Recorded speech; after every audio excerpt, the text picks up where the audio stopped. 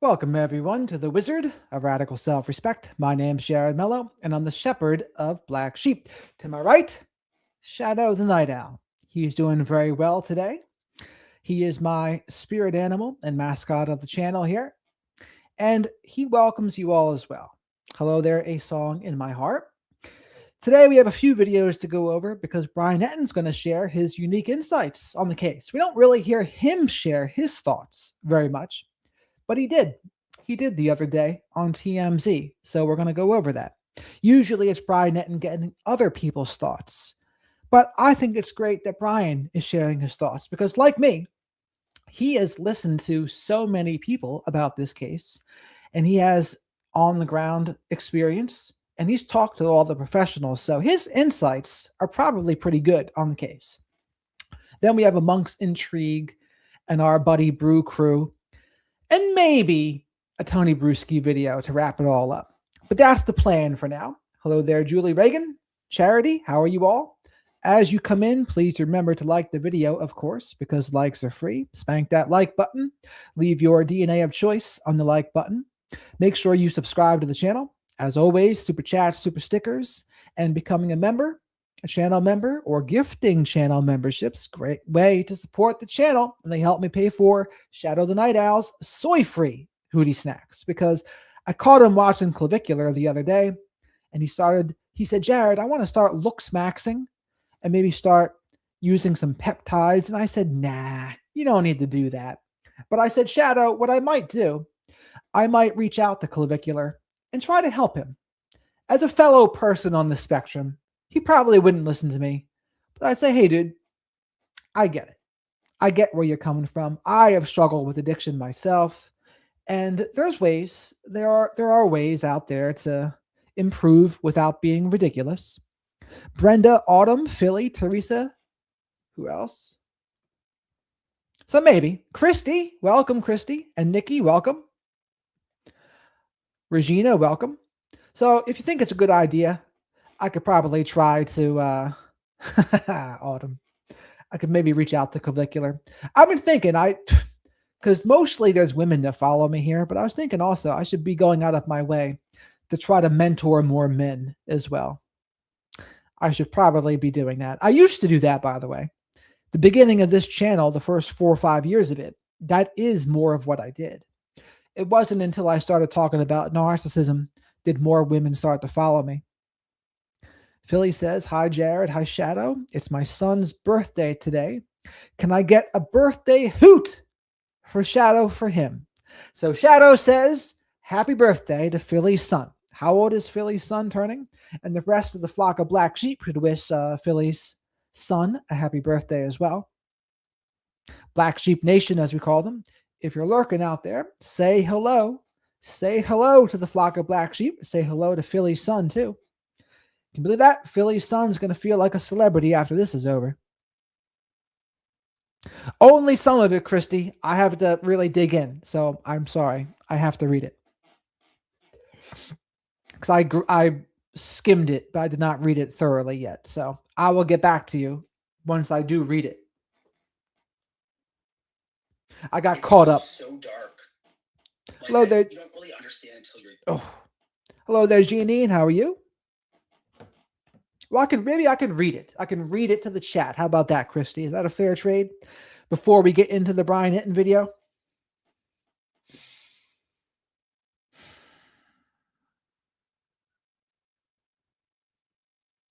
All right. So here's what it is. This will take like 5 minutes. So my birthday, of course, for those of you who don't know, March the 3rd. People whose birthdays fall on this day are good-natured and sociable and have a terrific sense of humor. Yes or yes? The twinkle in your eyes and your silver-tongued rhetoric may give some the idea that you're too superficial to be taken seriously. However, those who think that way are in for a big surprise. Beneath the showmanship of your hail fellow well-met personality, there is a force to be reckoned with. Hail fellow well-met. That's a phrase I've never heard before. Not only are you a good deal more serious than you appear, but you're clever and ambitious with a fine intellect and considerable talent along artistic and scientific lines.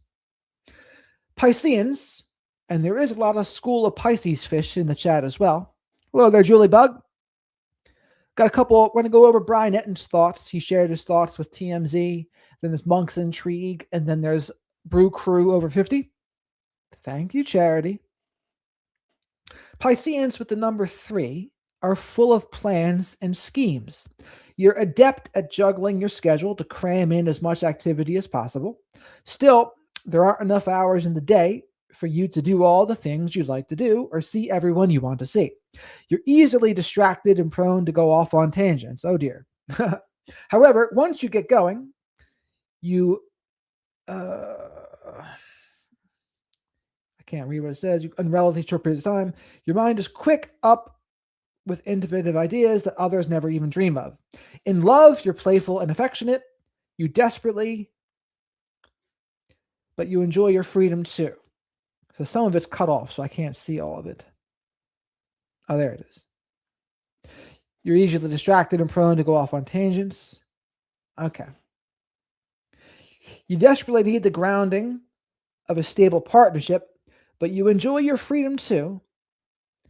And you're fearful of too much commitment. That could be true sometimes, for sure. I don't like to feel controlled, that's for sure. Teresa, welcome.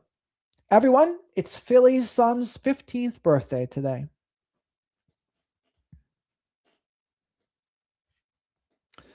So let's jump into what Mr. Brian Entin has to say. Thank you for sending that to me, Christy. I think it was pretty accurate for me. What did the chat think? Hello there, Nanny Goat. George, welcome, George.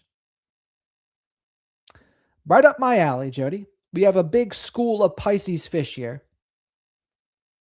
So let's see what Brian Entin has to say. What do you think happened? I mean, the person who we saw in the video from the front doorbell camera may not be the mastermind of this whole thing, may not be what these profilers call the puppet master. That person may have just been sort of an underling. That person in the video could be dead. Hey guys, it's Jackson Buhai here with TMZ. Now, we have officially reached the 3-month mark since Nancy Guthrie's initial abduction. And today I have brought on a guest that has gotten as much boots on the ground experience, arguably, as the investigators themselves. Now, he is a senior. And this guy, Jackson, he is Shadow and I's favorite interviewer for TMZ. We like him better than Harvey and Garagos.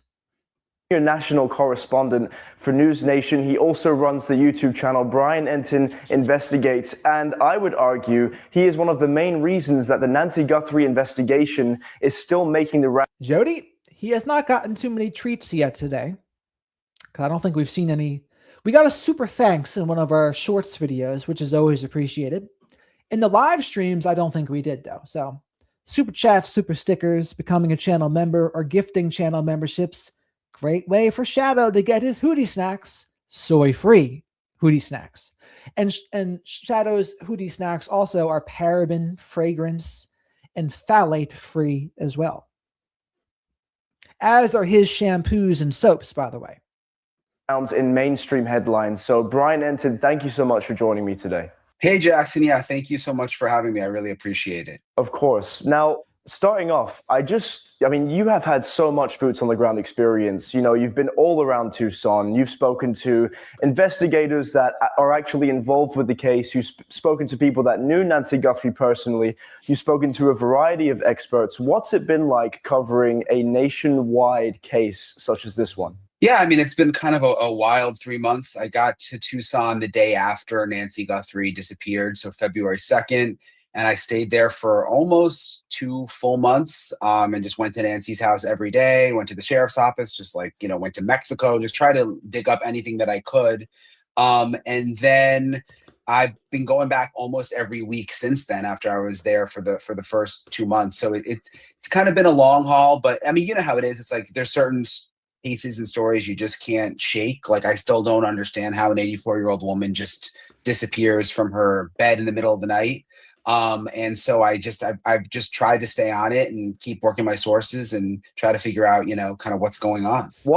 You've been covering this case for the last 3 months, and you've interviewed so many people. I'm wondering, is there an interview that stands out the most to you? Is there a guest that told you something that made you stop in your tracks and go, whoa, we should be taking a closer look at this? Yeah, I mean, and we have this special coming up on the CW. I interviewed a source close to the investigation who I've gotten to know, and we interviewed, and we had to put in silhouette, so like, in a shadow, so you can't tell who they are, and change their voice. Just because they could obviously get in trouble for speaking out to us. But that one really stands out just because the person explained issues with the investigation early on, how inexperienced the team was initially, and just some, mistakes that were made within the first couple of days. The fact that they were working off this theory initially that Nancy had just walked away, which really makes no sense. I mean, first of all, she couldn't walk very well because of her medical condition. And what makes the most or the least sense about that is the theory, oh, she just walked away, is once you see the blood on the front step. Once you see the blood on the front step, how are you ever going to think she just walked away, right, chat? That's where they should have gotten the clue. Oh, look at all this blood. That looks a lot like something else happened. She didn't just walk away, right? Or I wonder how long it took them to even see the front step, by the way. And she didn't have Alzheimer's or anything like that. So that person explained to me that some time was wasted. So that's one that really stands out to me, just because to be able to talk to an insider like that was really interesting, especially considering, how long I've been covering the case. And so I don't think we got our first super chat from our friend Mike. Shadow and I say thank you, Mike. Why was Brian only reporter allowed inside FBI raid? Well, that's a good question, Mike, and I think I have the answer. Brian Entin is still in the kind of old school establishment of being a news network on TV. So he's part of News Nation. So I bet you if there was anyone else involved in the FBI raid, they were with ABC, Fox, CBS, or NBC, if I had to guess. Or just anything, maybe even Court TV. It was kind of like a screw you to the YouTubers, I think. So they said, oh, yes, we only want you professionals like Brian Entin. We don't want the likes of JLR or any of these other amateur investigators. So I kind of think that's what that was about. Wendy, how are you? Do you agree with that, chat? Do you think that's the reason why Brian Entin was the only person there? I think so. I think it was because he's with News Nation. And they wanted to give them that the authority. Well, there might have been no one else on the ground. Was there no Fox, no ABC, nobody? Hello there, Kel. Welcome. Thank you again, Mike. We appreciate it.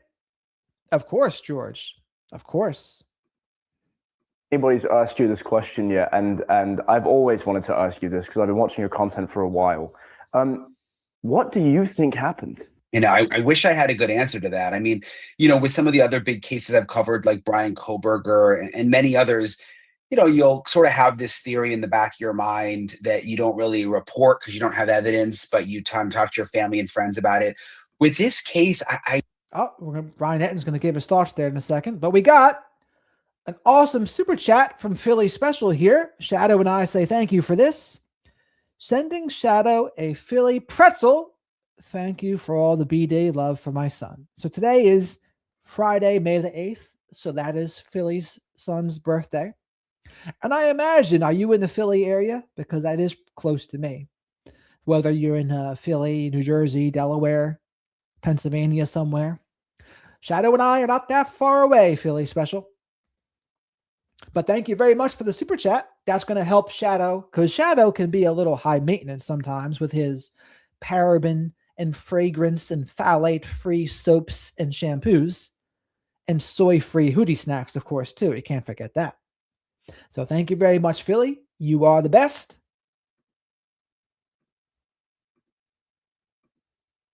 I really don't know. I mean, it really is such a mystery. for this special that I'm working on, I interviewed 3 of the top criminal profilers, including Dr. Ann Burgess, who the show Mindhunter is partially based on. And that opened my mind up to a lot of theories that I hadn't really thought about, like the fact that, the ransom just doesn't make a lot of sense. There was never any proof of life. There was never any real way for the family to communicate with the abductor. The fact that they, emailed TMZ, emailed you guys, emailed the media is really unusual, typically in a ransom situation. So I've been thinking a lot lately about whether the ransom, is sort of just cover for some other kind of motive behind the scenes.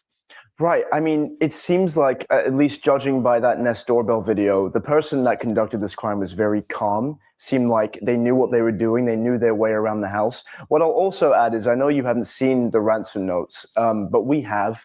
And it seems like this person is highly sophisticated. They knew. Now that's interesting, is it not? That only TMZ has been allowed to see the ransom notes. They haven't even shown Brian Entin. And Jackson here makes a point to mention that too. Oh yeah, by the way, you haven't seen it, Brian Entin, but us at TMZ, we have seen it. What is that all about? What they were doing. And just by the way that they speak or they write in this ransom note, you can tell that this person is intelligent, and it was very clearly premeditated. Do you think that there's a possibility that the person that did this was someone that knew her intimately? Yeah, so it seems statistically the chances are it's someone who knew Nancy, and whether they knew her intimately, I don't know. I mean, but knew her in some way, whether it's someone who had worked in her house, someone she bumped into at the grocery store, someone who had some kind of interaction with Nancy in the past. I also wonder, how many other people could be involved. And this is something else that I talked to these profilers about. I mean, the person who we saw in the video from the front doorbell camera may not be the mastermind of this whole thing, may not be what these profilers call the puppet master. That person may have just been sort of an underling. I interviewed Dr. Gary Burcato, who's a criminal profiler, and he used the analogy. Yeah, he used the analogy of like a chef and a waiter. Like the person we saw in the video may just be the waiter, but there may be a chef behind the scenes who's sort of calling the shots and is, maybe the one who wrote the letters to TMZ, is sort of the mastermind behind the whole thing. And, since you have interviewed people that are involved with the case directly, how close do you think authorities are to making a breakthrough in this investigation? I mean, unfortunately, based on the latest information I have, I don't think that they're terribly close. There's no suspect. They continue to work through leads and tips that have come in. I don't think it's... Yeah, and I mean, I don't think they're terribly close. I think the closest they have is that rootless DNA hair. And unless they can come up with footage of the vehicle, I don't know what's going to break for them. Maybe the person that did it is going to tell on themselves by accident, but that's a long shot at this case. But I don't really know what else I'm holding out hope for. If they were going to get the footage of the other Nest cams, especially if there's Nest cams in the house, that would have been interesting. But as far as we know, they didn't get that. And even so, though, even if they see it in the house, that really doesn't do that much for you if they're still masked anyway. Right? You might get a little more detail about what happened, and you would maybe be able to look for more specific locations for DNA. But people are living, the house was returned to the family, so how do you know you're getting DNA from months ago and not just from like last week? A cold case, because there's still a lot to be investigated and there's still a lot of tips that they haven't had a chance yet to go through. But I don't get the sense that they're especially close. I mean, I have hope. Welcome, Chaos. How are you? Also, wow. So happy you're on tonight. Need a distraction? Well, wow, life is rough.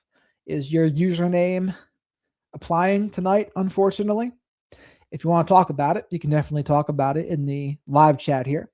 But Shadow and I are happy to provide you with a entertaining distraction, whether it's comedy or ASMR or just other Black Sheep Nation fun things.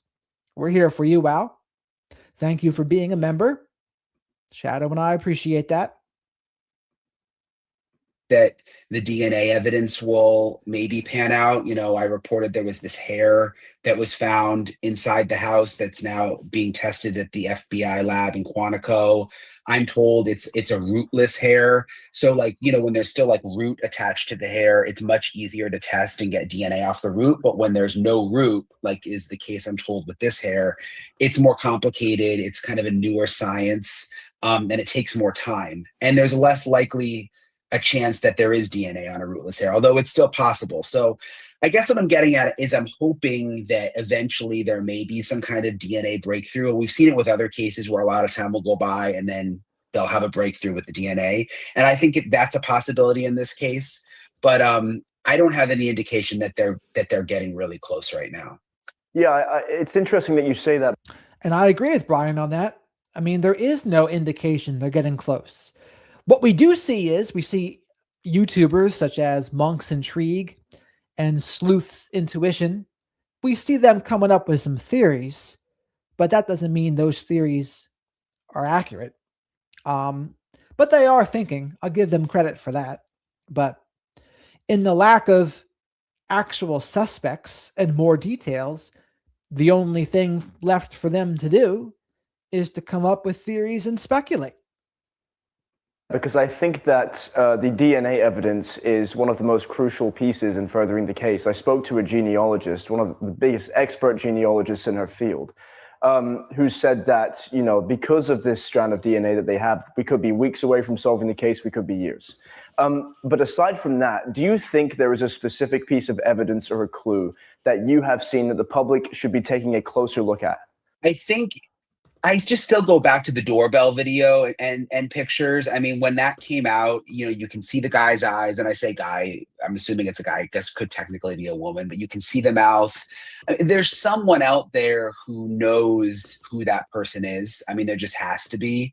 What's interesting, and we get into this in this special on the CW that I'm working on, which airs Wednesday night at 9, with these profilers, one thing that they all seem to agree on, which is something I hadn't thought a ton about, is that person in the video could be dead. I mean, if there is in fact truly a puppet master. Mr. Mann, they're speculating. They are speculating on what could have happened. You can call that a hypothesis, whatever you want to call it. A leader of this whole thing, and that was just an underling. Could they have killed the person at the front door because they were afraid they were going to speak out, try to get the ransom? They were the one on video. The profilers call it elimination. Could he have been eliminated? And they seem to think that that's a real possibility, which is kind of an interesting thing to think about. Something I want to ask you, considering that you've spoken to people that that know this case intimately. They don't want to go to CNN and they don't want to go to Fox to talk about this. They want to come directly to Brian Entin, and they trust you with their anonymity. Why do you think that is? Look, a lot of the people who I have gotten to know, I've talked to since the beginning, and you kind of just build that trust with people where if they tell you not to say something, you don't. I run a lot of things by them. I'm very, very careful in my reporting. I try not to report any rumors. I try to be really, really careful and just report the facts. So I think that trust you build up over time. And I always appreciate when people trust me because they take a big risk, like the person we have in our special who we put in silhouette and change their voice. I mean, they're trusting me to do that and to really protect their identity because they're going out on a limb to talk to me. And so, I try to do my best to do that and do the right thing. Yeah, it seems like you really cultivated a real. And by the way, folks, for the language nitpickers, here's the difference between a hypothesis and a thesis. So no one can say this to you in the future. Ready?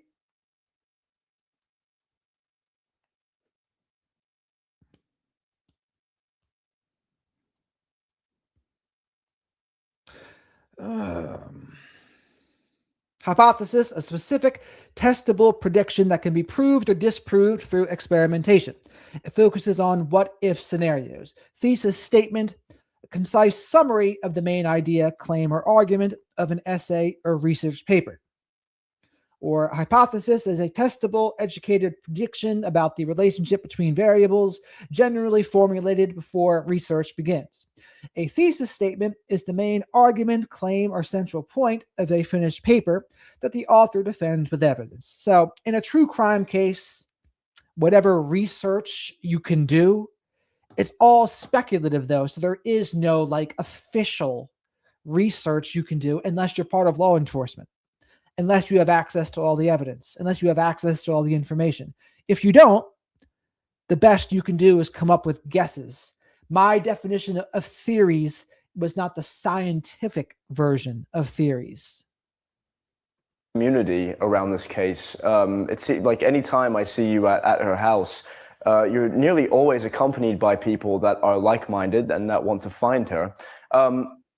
Regarding her house, you've also spoken to her neighbors. Is there anything that stands out to you from one of your interviews with the neighbors that the public should also be taking a closer look at? Yeah, I mean, I think people forget about, like, everybody thinks about Nancy Guthrie as Savannah's mom, but, you know, she lived in that house since the 70s. A lot of the neighbors have lived there for decades and really knew Nancy. I mean, they've known her for years and years. A lot of them went to high school with Nancy's kids. So, like, it's very, very personal for them. There was a walking group in the neighborhood that the women were in with Nancy years ago. People have gone to church with Nancy. So to them, it's like it's a different vibe. I mean, this is someone that they intimately knew, that they're really distraught about. And then this is also their neighborhood. Like, they're genuinely scared with the fact that this is still unsolved and they don't know who's responsible.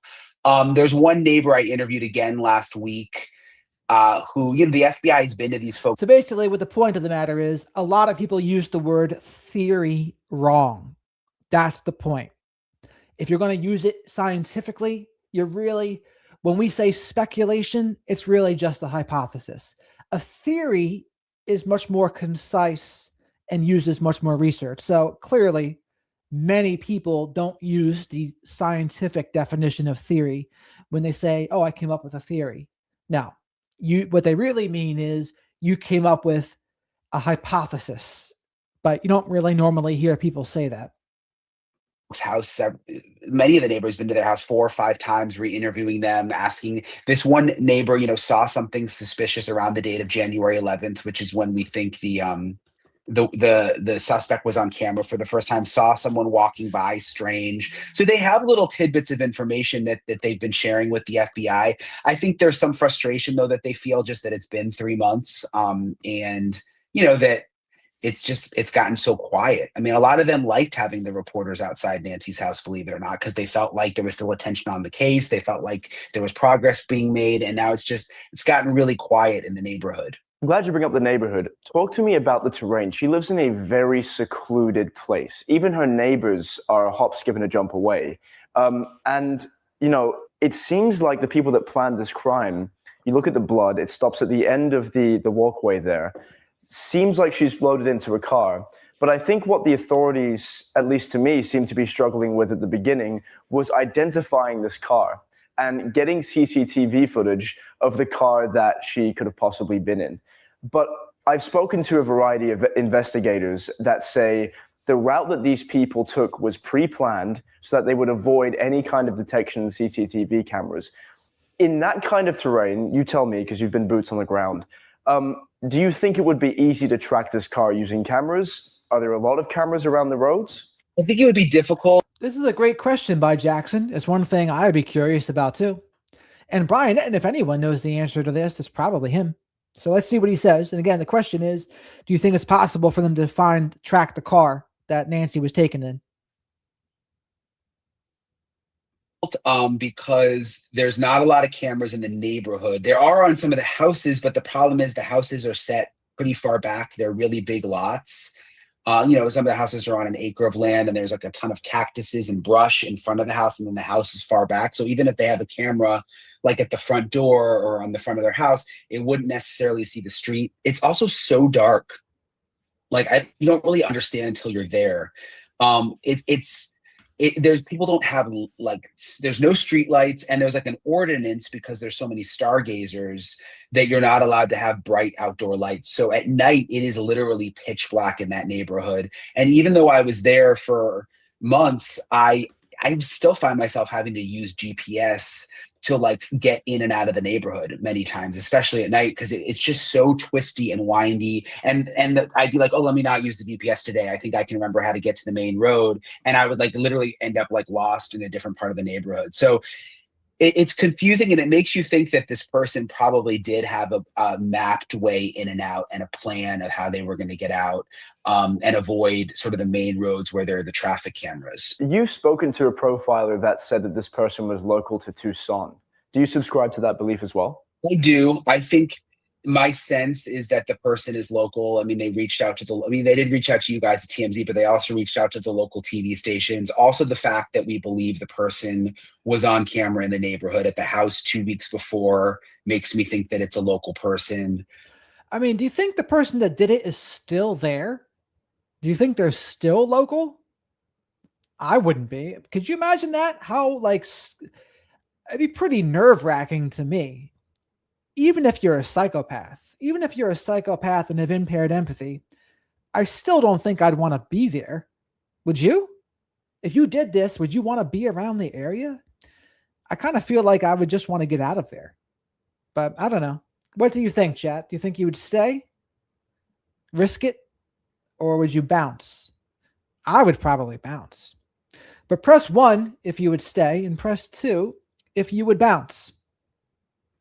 So yeah, my sense has been since the beginning that it's someone close by, that it's someone even in that neighborhood or in the Tucson area. My last question for you here, Brian, and thank you again for your time today. But how do you hope to see in the next few weeks this case be resolved moving forward? Look, I mean, I think 2 things are going to either happen, or 3 things could either happen. One, it could stay the way it is, which will be frustrating, and they'll be working behind the scenes, but there'll be no suspects and no real progress.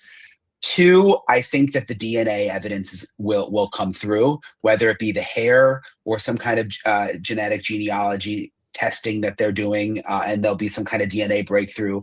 Or 3, and I kind of just, my gut says this might be the most likely, that there's going to be some kind of lucky break, like some lucky tip that comes in, and it's just some small detail that it's exactly what the investigators needed, or even someone in jail, some inmate's going to say something that heard something, and they tell somebody else, and it gets back to the investigators, and it's just going to be one little detail that I hope is enough, just one little lucky break to bust this whole thing open. Brian, you've been... So almost everyone in the chat, I think everyone in the chat thinks they would bounce, and I agree with them. Shadow agrees with them too. The perp could be anywhere in the world at this point. If they're still alive, they might be dead.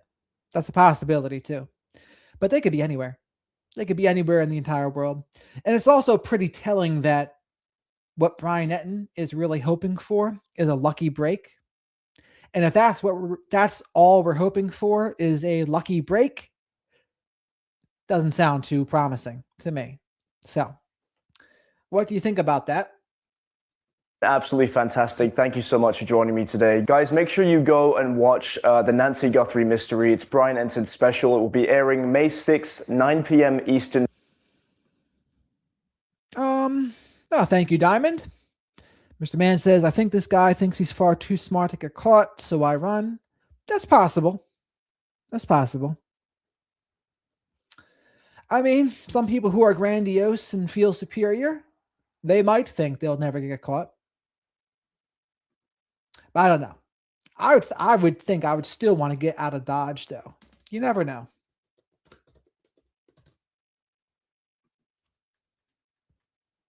Or maybe that's clever, right? You act like you have nothing to hide, so you stay. Maybe. Maybe. Okay, she is harmed. On the night that Nancy Guthrie went missing, her neighbors experienced something that was rather... By the way, this is Monk's Intrigues channel. Remember to like the video here. Shadow wants me to remind you all to spank the like button. Leave your DNA of choice on the like button. Throw Shadow a like vest the same way that Brian Hooker should have to Lynette Hooker. And a little birdie told me that the SS Soulmate has booked it out of the Bahamas. So just like we were talking about, where's the perp in the Nancy Guthrie case? Would he book it or would he stay? Well, looks like Brian Hooker chose the bounce route because by all accounts, it seems like there's a lot of bad things pointing in his direction. Let's be real here, right? But also make sure you subscribe to the channel. Say hello to the flock of black sheep in the live chat here. Black Sheep Nation. And there's a good school of Pisces fish here as well. Lots of Pisces. So February 20th to March 20th. Hey there, Dana. Welcome. An unprecedented glitch in their security systems, okay? Something that didn't happen on the 30th of January, something that didn't happen on the 2nd of February. It happened exactly on the night that she goes missing, okay? And now you pair that with the family's indirect statement to investigators that Nancy frequently left her back door unlocked, then you have a pretty special theory of brewing. Now, the word frequently, okay? If my English doesn't fail me now, doesn't mean always, because we can even say that Nancy sometimes remembered to lock her back doors, yes? If you don't like the idea of a medium grade 200-foot range Wi-Fi jammer or some other device that can knock out security, camera signals, and you also believe that Nancy forgot to lock her back doors that night, then you'll love the luckiest bad guy theory. The crotch holster guy is standing inside his home. He is standing in front of a mirror, looking at his Walmart getup that he has on. If the double pants that he's wearing makes his butt look like a mud butt, do these off-brand Skechers make... You know what? As I'm watching this video here to the right, how often do you see the entire video played from front to end? You just never usually see that, do you? You see bits and pieces constantly, but you just never see the whole video played. I've rarely seen it played in one full run. Have you? We see constant clips, but they never let us watch the entire clip for some reason, like uninterrupted. Why? I'd be curious about that. Shadow was saying that to me the other day. He said, Jared, why don't we ever just get to see the entire video without the cuts, without the interruptions? Why is it always just bits and pieces? Him walk like a duck, and he makes sure to put his gun, right in front of his crotch because he needs that front door camera and the viewers from the future to see that, hey guys, look at me. I am an armed gunman, burglar, whatever he's portraying himself to be. He grabs his ski mask, his backpack, and he is out the door that very night, okay? So Nancy's neighborhood is not just dark. It's described as pitch black.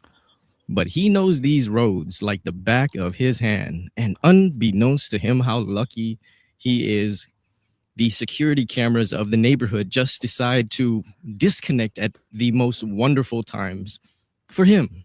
Okay? Amazing, right? So he pulls into Nancy's driveway. He knows that there is a camera there, and he knows that there's another camera on Nancy's front porch. So he first destroys the driveway camera, and then he goes around and takes out the doorbell camera by suffocating it with flowers. But there's that damn security door, right? Silly him, because he saw that. He knows that was there last time, and he completely forgot. So he better go around to the back. But wait. And everyone, Bethany's cousin, I think she said, is officially a dentist. So Shadow and I say right on to that. Congratulations. And the rest of the flock of black sheep can congratulate Bethany's cousin for becoming a dentist. Way to be. This can't be. The back gate is unlocked. Better prop that open just in case, right? But there's no way that Nancy leaves the back doors open as well, right? Well, what do you know? She forgot to lock the screen door, but the main door is the real it's unlocked as well. And that, ladies and gentlemen, is the extent that I'm willing to entertain the luckiest bad guy theory.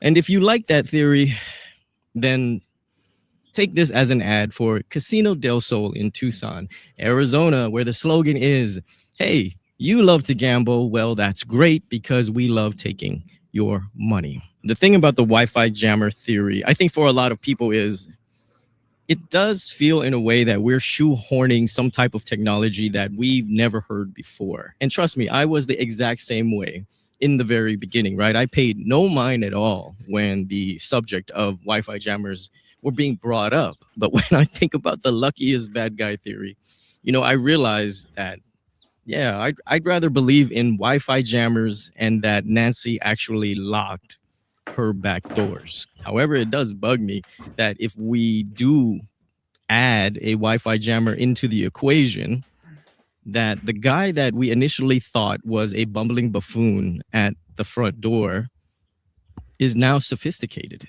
If we are introducing, something like a hand truck or some other equipment that has pneumatic wheels on them into the mix, I realized that we could actually reintroduce the lone wolf theory into this scenario. But the more that I thought it through, a second person still crept into our theory that we're now going to present. So if something sounds weird in the beginning, I promise to make it make sense by the end. Okay, so let's run through the hand truck theory and why it's actually a grim sign for the condition of Nancy. 2 vehicles pull up to Nancy's house at 1:47 a.m. A jammer jams and disconnects Nancy's and her neighbor's security cameras from their Wi-Fi. 1 vehicle parks on the right side of the driveway of Nancy's house, and he gets out, and his initial job is to go and destroy that driveway camera that was located right here. Now, this other vehicle, he is going to stay parked. And remember, I don't think there was any Wi-Fi jammers. I think it was just a bad service area. Brian Entin has constantly said that the service was terrible in front of Nancy Guthrie's house. So I think that's more likely than them using Wi-Fi jammers. But let's continue. On the street, right in front here. And there will be a very good reason why this has to be so. Now, allow me to recap the blood transfer theory really quickly as best I can, okay? Since we believe that we have identified this blood transfer as the treads of a pneumatic wheel, it had to have been made 45 minutes after Nancy coughed up that blood spatter, okay? So 45 minutes plus is what I read the amount of time is needed for that initial blood spatter to completely dry. If we're to believe that this transfer is made by something like a hand truck, we also have to believe that there was an altercation with Nancy just outside her door, causing her to fall to the floor and cough up that blood. And it doesn't end there, that she is then brought back inside her house. And here is why. Because if you think of it this way, if she's already being dollied through her front door and then creating this blood splatter, there is no way this wheel impression is there with the blood droplets being undisturbed like what you're seeing in front of you. This blood pattern is just way too clean, which means to me that this blood transfer was a second event, 45 minutes later from the initial blood spatter. And when we look at the porch guy video, which I believe happened at 2:12 a.m. when, a person is detected event, there's just no indication of blood on that porch yet. I slowed it down. I scrubbed through the footage, enlarged the floor area really big, and I'm pretty convinced that there was no blood there yet. So for me, Well, right, of course. Of course. Why would there be blood there yet? I mean, they didn't do it yet. They didn't take her out yet, right? So, I mean, does anyone think they did it before? No. So is he trying to say that it was staged later? I don't think so, but let's see. Nancy at this time is still alive in her house at 2:12 a.m. Now, being that it's such a late hour, okay, how many of us naturally assumed that an 84-year-old woman is asleep at this time? Okay, I'm guilty of this. But what if we're wrong? What if Nancy is still up? Okay. I mean, we literally had a theory where the perp is shaking Nancy awake because she had her hearing aids out and couldn't hear his demands. So what if Nancy still had her hearing aids on and doing something simple like watching TV, watching her iPad, okay? And she may get that alert on her phone that her cameras have lost connection.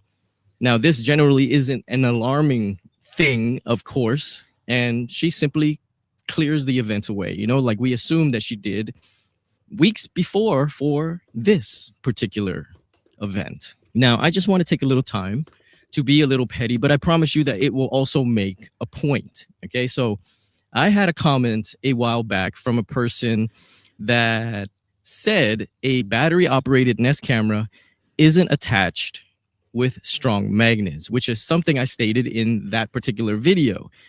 This, my friends, is a prime example of a commenter saying stuff just to say stuff, who I think probably owned a wired version of the Nest, which attaches completely differently.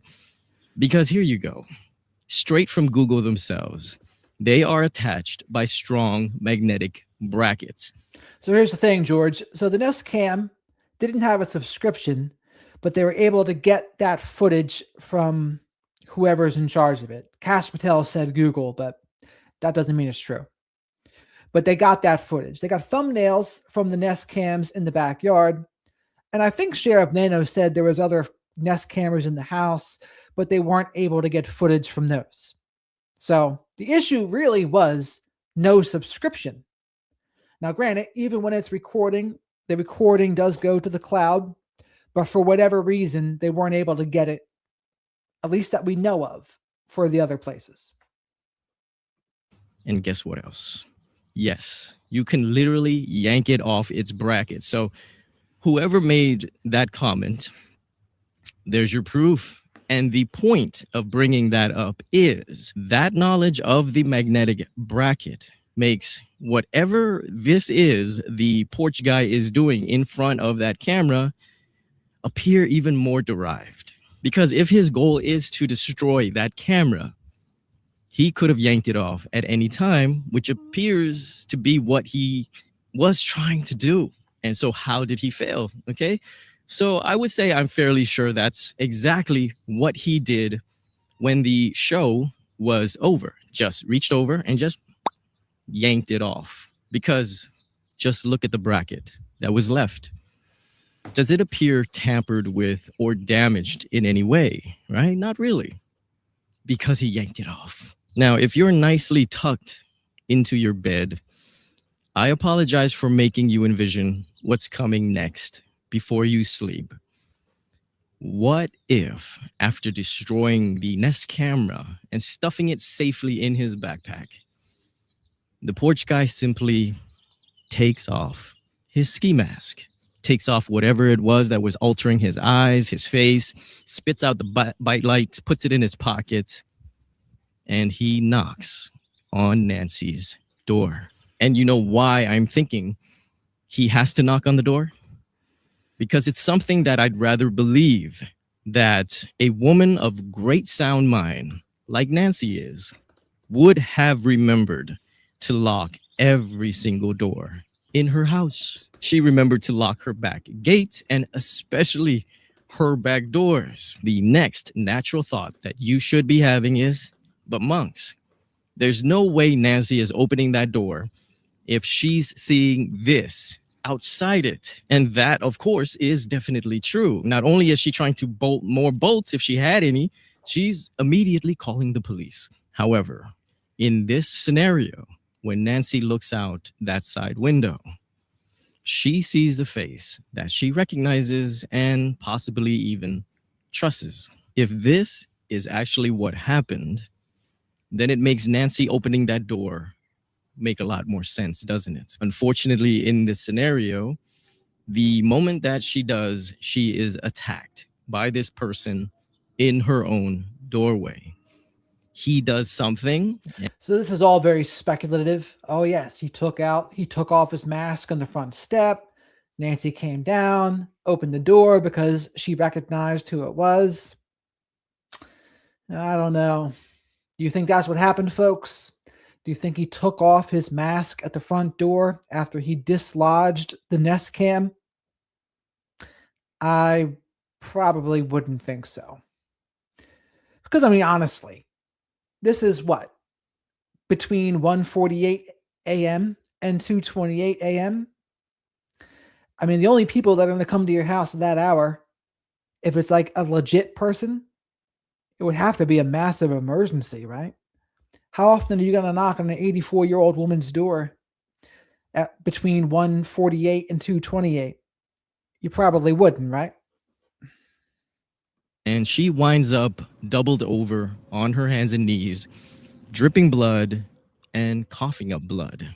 She is picked up by this person, gloved hands, I'm thinking, firmly on her mouth, and she is forced to walk back inside her house.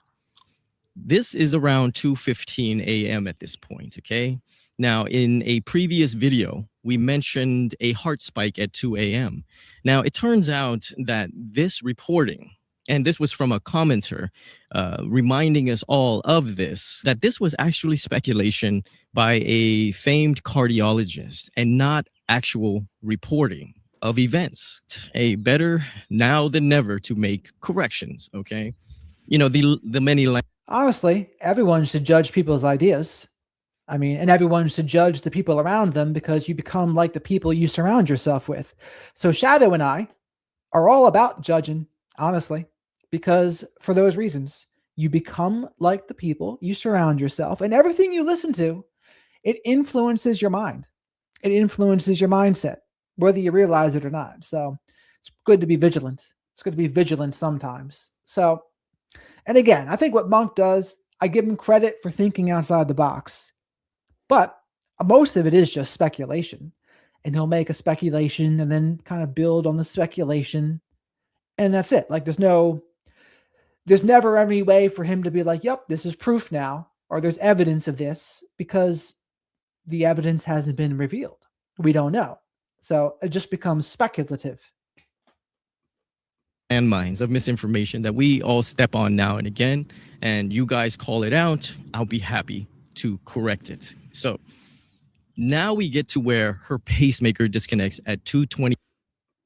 No, I am very open-minded, and that's why we're watching the video. And I'm giving my opinion on what I think he's right and wrong about.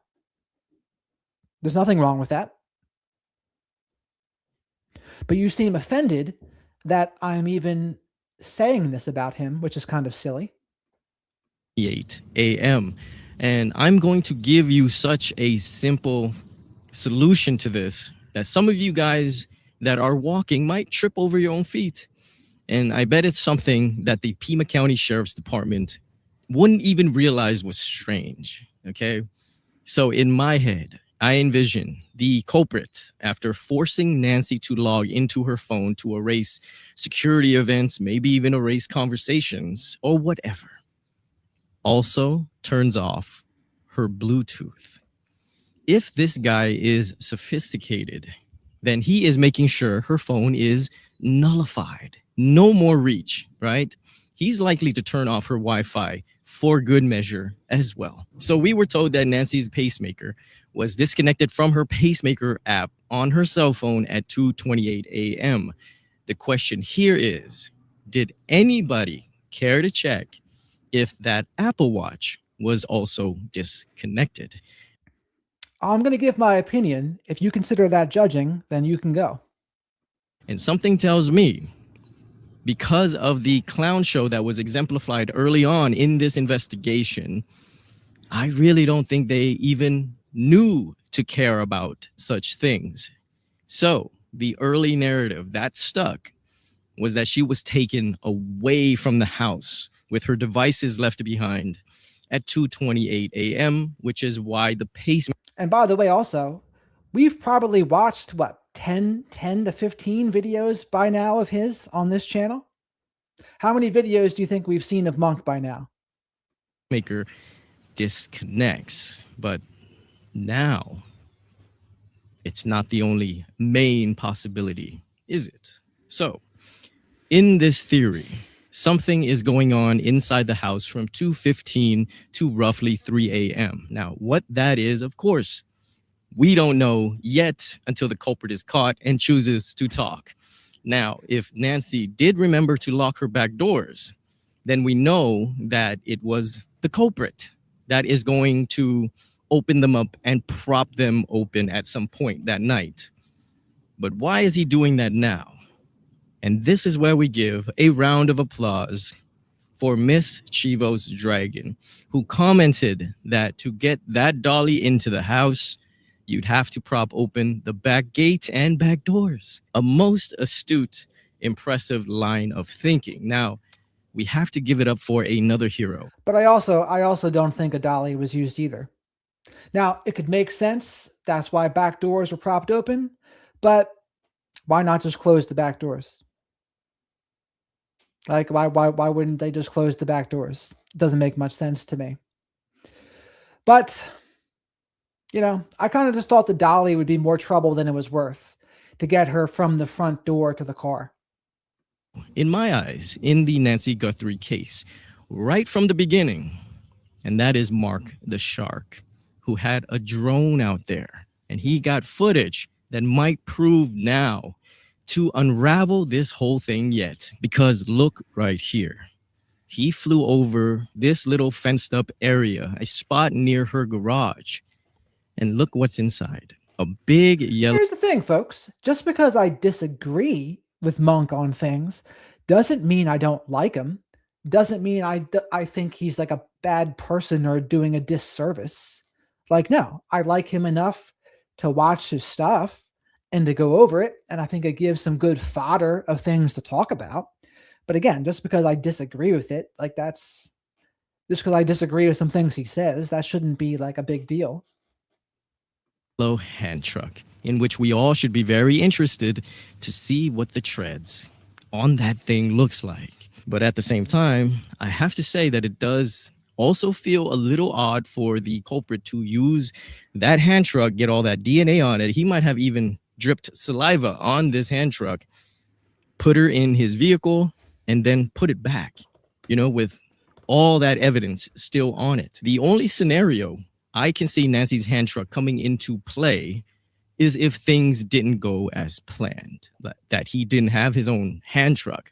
So in that scenario, we would have Nancy as incapacitated. And this was the only way to get her out by himself. And a big hand truck like that isn't just fitting in any vehicle.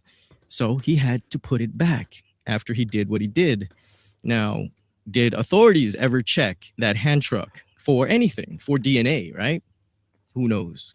But here's a more efficient scenario if we're including a hand truck into the theory. So something happens to Nancy inside her home that was intended. Okay, she is harmed and incapacitated once he is done with what he came to do. So the culprit then props open those back doors and the back gate and goes to his vehicle and gets a hand truck with those pneumatic tires, because they would be the quietest in a caper like this. And he rolls that hand truck. And like I'll continue to say, just because I disagree with Monk on some of his thoughts doesn't mean I don't give him credit for thinking. I've said that many times too, haven't I? I said, yeah, I give him credit for actually using his head. And like, he's better than other people that just blindly say things. He at least has some like thoughts to back up what he's saying a lot of times. So I give him credit for that. Easily through the propped open doors and into Nancy's house. So he has Nancy wrapped up and laying on the bed of the hand truck. And now he needs the fastest route. That is definitely the front door. Okay, so this culprit has been working alone thus far, right? Because he's the mastermind and he knows the ins and the outs of the entire. Also, by the way, Shadow wanted me to remind you all, I've invited Monk on the channel. I have to find a way to get to him, but I've invited him to talk about some of this stuff. Property. But of course, we also placed the lookout guy, right? The other car parked out in front, and they are communicating via that walkie-talkie in the porch guy's pocket. So once Nancy is secured, the culprit inside walkie-talkies to the lookout, and the lookout gets out of his car and he goes to the front door and he helps the porch guy maneuver the hand truck carefully out that door. However, through the sheets that Nancy is wrapped in, a drop of blood escapes and drops onto the tread of the pneumatic tire, right? And that tire rolls over it once and leaves that tread print. That blood transfer has been staring at us from the very beginning, because if you look closely, there's another matching partial tread print. This to me is indication that this transfer was from a wheel that was rolling. Okay, so it was mid-roll when the whole hand truck was lifted by those two men so as not to jostle Nancy's body down that first step of the porch. And then they would just continue to roll her down her walkway, dripping more blood in the process. They carried her down the last two steps. So this is the only time I've ever seen this blood, by the way. How often do we see this blood? Not very often. If it's even blood to begin with, right? But I think that's blood. Like right there, and right there, and right there. And these marks of what looks like the tracks of a hand truck being rolled away. And we know this is an early photo because of this blue shirt, this unexplained blue shirt. Okay, one of the people on this. Let's rewind this. They carried her down the last two steps. And these marks of what looks like the tracks of a hand truck being rolled away. And we know this is. Well, where do those tracks lead to? An early photo because of this. So, but why would they take it all this way? Why would the tracks go this way? Like, to me, if you're truly going to use a dolly, I guess you would do it from the front step there to the car. But then wouldn't you like go around the house again to put it back? Or wouldn't you put it right in the car? I don't know. What do you think, chap? This blue shirt, this unexplained blue shirt, okay? One of the people on the scene left it there, but they were actually leaving us a reference to the very exact day that Nancy's house was released. Remember, they released it 30 hours after Nancy goes missing. Now look at where it's being rolled away to the left side of the property. Now, I'm not 100% sure if this is still Mark's image, but you're still a legend, Mark. But I want you to pay attention to how the track turns right to the front of Nancy's property here. And that's why I placed a car there. There had to be a vehicle parked there as well. At this point, Nancy and the hand truck are loaded into this vehicle and the lookout drives away. And guess what? The lookout was the one with the Wi-Fi jammer. Once he rolls away, I'm assuming to Mexico, so does the Wi-Fi jammer. And now Nancy's house, or the neighbors' houses. Well, the big thing about that is, what time was that taken? Now, Monk mentions that blue shirt. I haven't heard much about that blue shirt. I don't know what the timing of that blue shirt is, but the timing of that photo is everything, right? Because depending on when that photo was taken, that determines a lot. Their devices are going to be reconnected with the Wi-Fi. The culprit that remains on the scene, his job now is cleanup duty, okay? Just to make sure that the house looks immaculate. And now a logical question that we should all ask ourselves. Well, then why didn't he just get rid of the blood on the porch as part of cleanup? It's the same reason we even saw him on the camera in the first place, because if that's derived, then the blood on the porch is exactly. So the chat says they used the dog to get the scent for Nancy Guthrie. What time did they leave it there? Was it Sunday? Was it Monday? I don't know. We do know, according to that 857 Tucson video, that detectives were trampling the front step. Was it before or after that? Do you recall the video I'm talking about? That 857 Tucson video where they walked right over that blood? I don't know. See, it's like the timing in this matters. The timing matters a lot. What he wants us to find, right? Because it tells a very dire story. And the propped up open back doors gives another false lead into how she was taken out, right? The whole scene is bizarre, set for everyone to think of the worst and to scratch their heads. The other guy rolled away with the Wi-Fi jammer. The Wi-Fi came back. That little Nest camera was still alive, and it started to just upload the most vital. And remember, folks, I try to take my cues from Dr. George Simon. He says to truly be a scientist, you have to question things, even the things that you think you know. And you put those ideas under scrutiny. Like that's the scientific way. That's just part of the scientific method. So notice sometimes people don't like it. People don't like being questioned sometimes, but it is necessary. It's necessary to really get to the bottom of it. So again, like it makes sense that they would use that for the dogs to try to get Nancy's scent. But how long did they search for, right? Was it a day or two? And then they called it off quickly? Interesting. But to me, I'm curious now because for them to have left it there, someone was there, right? For them to have left it there, someone was there. So at what time of day was that taken? Footage to the cloud. Footage that probably shouldn't have been recovered, but was for some magical reason by the FBI, a footage that we've all watched countless times by now. If he was performing for us in front of that camera, then this is footage that he wanted to be recovered.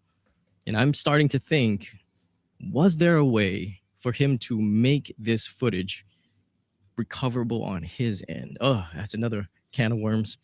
Anyways, the real footage he doesn't want out would be that other camera he took right there in the garage area. If the FBI could pull off another miracle and find that garage footage, it could show Tommaso bringing Nancy home that night, you know, just as he said, and clearing his name in that aspect. And also, we should... Now, the things that I would be very interested in learning is the timing of all that. I think that's essential, right? Okay, what time was that blue shirt put there? What kind of app did Nancy Guthrie have that showed the garage door opening and closing? Depending on what kind it was, we went over this yesterday. If it was a smart garage, that means you could open and close that from anywhere in the world with a Wi-Fi connection. How about that? Or was it the kind that you need to be within range to do it? That's pretty big, isn't it? And then I would also like that Andy Guthrie 911 call. That would be very interesting. Shadow always reminds me about that too. Finding a way to get the footage from the inside Nest cameras, fascinating as well. And then the other part about that would be you would be able to check more places for DNA because you knew exactly where they were. But as of right now, I guess we got all of our hopes in that rootless DNA, right? So let's take Monk's idea here to the next level. So, okay, it was a dolly. Let's presume it was. I don't necessarily agree, but let's think it was for a minute. Let's play it out. So does that mean you would check the dolly for DNA? Is that what that means? Maybe. Why not, right? Why wouldn't you at that point, right? At this case, when there's no leads and no suspects, why not? Why not explore some of this stuff?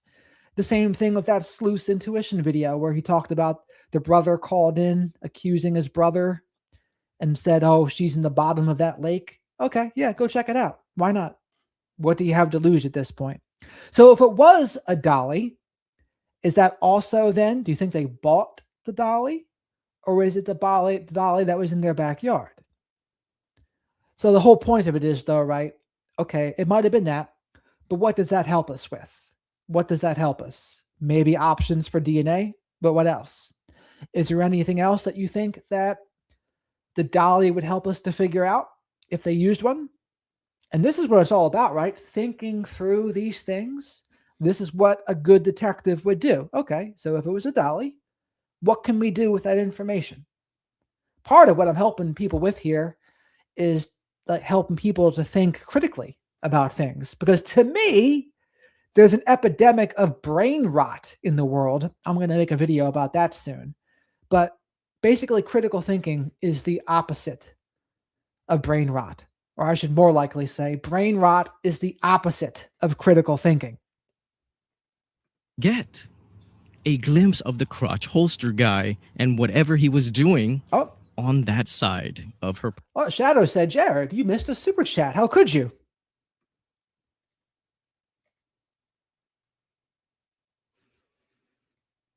There we go. Nanny Goat. Remember, she's Nanny Goat because that's what is that what your grandson calls you? Or is it your son? I think it's your grandson. But Shadow and I thank you very much for this. Why criticize anyone going out of their way to try and come up with scenarios that may be useful? Also, don't be a dick to Jared in chat or if you send a flock of black sheep and a goat. Yeah, I mean, why criticize anyone going out of the way to try and come up with scenarios that may be useful? I mean, disagreeing is one thing. Criticizing can be a different thing. Because I've certainly disagreed with some things Monk has said.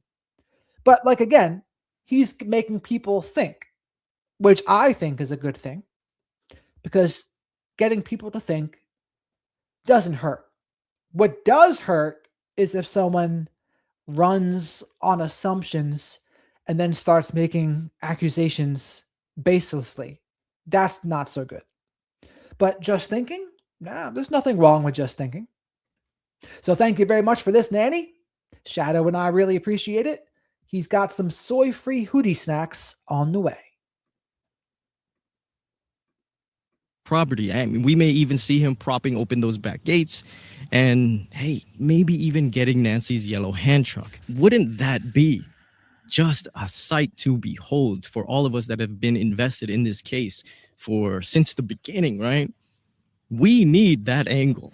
After all this, the crotch holster guy gets back into his vehicle and he seamlessly traverses through the maze that is Nancy's neighborhood. And with a theory like this, I am looking forward to reading as many comments as I can to see how you guys can tweak and adjust this theory to make it better. I just want to end by saying that if you guys missed it, I just released part 3 of my Zodiac Killers series. And if you guys haven't started it yet, it's a fresh look into a very old case that many of you have told me that you are enjoying. So barring that everybody is lying to me, I think a lot of you guys who have not seen it will enjoy it as well. Anyways, it's going to be Mother's Day weekend to all the mothers. Happy Mother's Day. Know that you're loved. I will be showing my wife a happy Mother's Day. I'll be texting my own mom. Mace, I'm glad you said that because that is something we have gone over before. Her pacemaker that was connected to her watch was proof she was there that night. And yeah, her pacemaker disconnected 228. So that means she was there. So that whole idea of me in the garage, it's one of those things where you hear so much about the case that you can forget things that you knew before. And then you say things that like you've thought yourself out of the truth. But yes, the truth is the transmitter was home and it got disconnected at 228. So chances are that means that someone did really drop her off at 9:48 p.m. and the garage door closed at 9:50 p.m. So I take it back. I take it back, my smart garage door theory. Or, excuse me, hypothesis. and show them how much I care about them, as you guys should, right? Unless you hate your mother. I mean, there is some instances of that. Happy Mother's Day to Nancy. Ooh, that felt weird to say. And well, you know, sometimes you just hit on something and it becomes real. So to the Guthrie family, I hope you guys could find a little solace and celebrate Nancy's life this upcoming weekend. And I should just leave it at that. Now go protect the ones that you love, and love the ones that protect you. Oh, look at the kitty cat.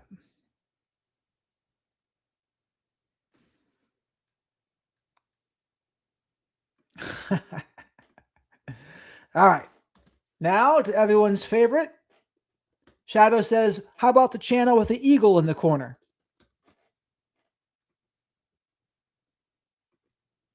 He says, what did we learn? Look at all these videos we missed from this guy. Tisk tisk. Oh, look at that. He even shifted to a Brian Hooker story. How about that? How about that? There are cases where the facts point in one clear direction. And then there are cases like Nancy Guthrie's. A mask. Look at this. Look at Shadow says, Jared, did you see this? What a name for the channel this person has. By the way, everyone make sure you like the video, subscribe to the channel, spank the like button, leave your DNA of choice on the like button. Super chat, super stickers, becoming a channel member, or gifting memberships, great way to support the channel. Helps me pay for Shadow the Night Owl's soy-free hoodie snacks. But Shadow said, you see that? Owl puke. A little old lady, and where did she go? It's like a nursery rhyme. A little old lady, and where did she go? Nobody knows where she go. Maybe she went to and fro. Hello there, Cotton.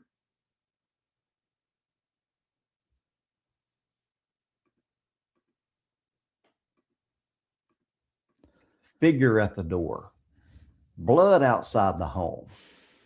An 84-year-old woman missing without a trace. Ransom messages that do not feel like real ransom demands. And now you've got a major News Nation special hosted by Brian Entin that brought all of these questions back to the surface. And today, going into the weekend, I just want to slow this case down and just really think through what we may actually be looking at here. Because the longer that this case goes unsolved, the more one question keeps getting louder. Was this ever really a kidnapping at all? Or was this something else from the very beginning? Because when you step back and you analyze this case from a law enforcement perspective, something about it, it just doesn't fit clearly into any normal category. I wish owl puke would vanish without a trace, or puke of any species for that matter. It doesn't behave like a straightforward burglary or like a clear kidnapping for ransom. And it certainly doesn't feel random. Something about this case, it just feels layered. It feels staged. It feels personal. Hello, everyone, and welcome back to my channel. Thank you all for being here again today. I really do appreciate it. Now, listen, if you're new here, my name is Charles Brewer. I'm a retired law enforcement officer with 21 years of experience, and I spent much of that time working criminal investigation. LE stands for law enforcement, George. And just seeing how cases are actually built. And whenever I say George, I think about It's a Wonderful Life. George, you weren't there to save him because he fell under the ice, George. And Shadow says, thank you very much, Mindy Mouse, for the super chat. Hey, Jared, fellow black sheep in chat. Right on, Mindy Mouse. You are the best. Shadow says, I like Mouse. I said, I bet you do. But he likes it even better when the Mindy Mouse gives him soy-free hoodie snacks. So thank you very much for that, Mindy. And Mindy's been a member now for 2 months, which gives you access to the members-only live streams. I don't know if I've seen you in there before, but you're more than welcome to be there. And Shadow says he's living the dream. Living the dream, Shadow's never had a bad day in his life. Because Shadow knows his attitude will determine his altitude.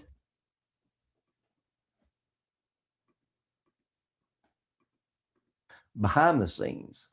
This channel is where we break those real cases down from a law enforcement perspective.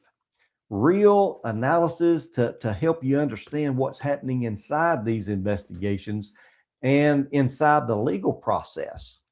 And really to better understand how justice works and why sometimes it feels like it's not working at all.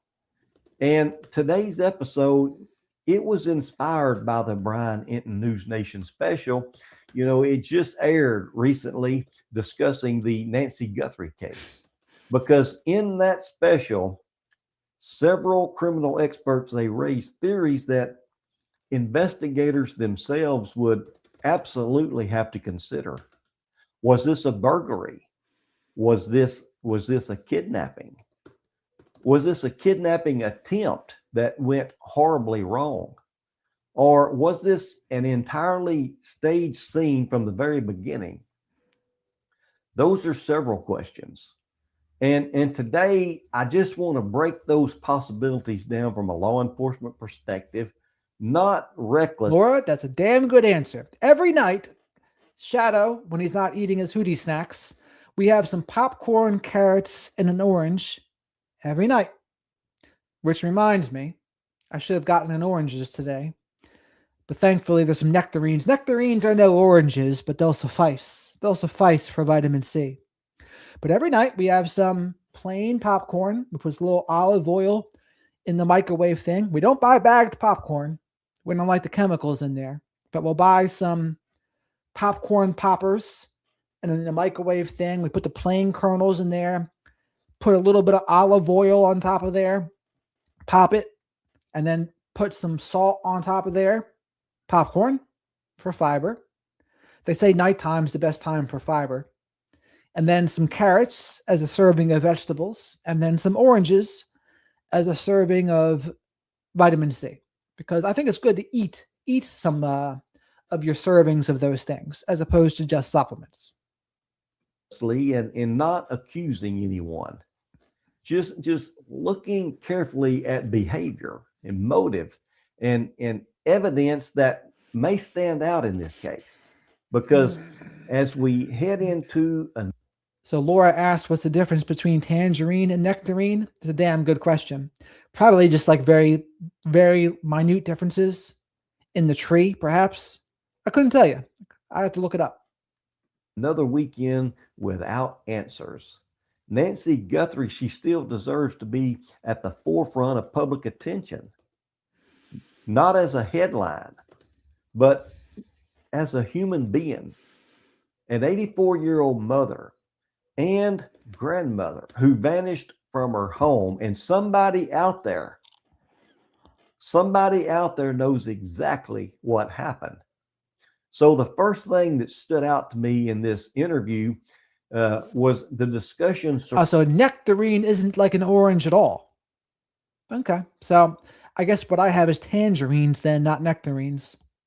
What does a nectarine look like? Surrounding whether this was actually a burglary or a kidnapping. And legally speaking, burglary, it does not necessarily mean theft. A lot of people, they hear burglary and immediately think stolen jewelry, stolen cash, or stolen electronics. But burglary can simply mean unlawful entry into a structure with intent to commit another crime inside. That crime, it could be theft. It could be assault. It could be homicide. It could even be kidnapping. So technically, yes, this may legally fit under burglary, but behaviorally, right? So that's the distinction too, right? So technically, it can be considered a burglary, even if they just took Nancy. But that's not, when we think burglary, right? We think things is what you would think. But technically, under the definition of burglary, even if they just took Nancy, that would apply. But like Annie said, I've always said in the chat, I think it was a hit. I think it was a hit, and it was meant to punish Savannah Guthrie. I still don't buy these ransom notes and having it be for money. I don't buy it. That stuff has never added up to me. This is where things start becoming complicated, because when you look at this case publicly, what appears to become the center of the crime is not stolen property. It's Nancy herself. And that changes the analysis. If the purpose was theft, where's the evidence of an offender focused on property? Where's the ransacking? Where's the hurried collection of valuables? Where's the obvious theft behavior? Now, to be fair, we do not know everything that was inside Nancy's home. Something small could have been taken. Something meaningful only to the offender could have been taken. Or the offender may have abandoned the theft motive after something went wrong. And that happens. A criminal, they can enter a home with one plan and leave with an entirely different reality. And that may be exactly what happened here. Because if Nancy resisted, if she recognized someone, if she was injured, if panic set in, suddenly this is no longer a clean burglary. Now it becomes, survival for the offender. Now the offender is trying to control a collapsing situation. And this is where this case may have changed forever. Now, I keep coming back to the porch because I believe, the porch may be where this case changed direction. If Nancy resisted there, if there was a struggle there, if blood was deposited there during the confrontation, then that porch may contain the most important evidence in the entire case. One thing that people forget is this. When offenders lose control physically, they also lose control biologically because their breathing changes, their heart rate spikes, they sweat more, they touch more surfaces, they exert more force, and they make more mistakes. And if the suspect had a light in his mouth, if he was breathing heavily through a mask, if he was physically trying to regain control over Nancy during resistance, there may have been saliva transfer. There may have been touch DNA. There may have been fibers in skin cells. And if Nancy fought for her life on that porch, even at 84 years old, she may have left evidence that could eventually identify her attacker. That's why I don't believe that this case is cold. Not at all. Because modern forensic technology is incredibly advanced today. Investigators, today they are capable of separating mixed DNA profiles that years ago would have been useless. Genetic genealogy is solving decades-old cases. And if there's a workable DNA sample in this case, I truly believe it could eventually become the key, the key to identifying whoever was involved.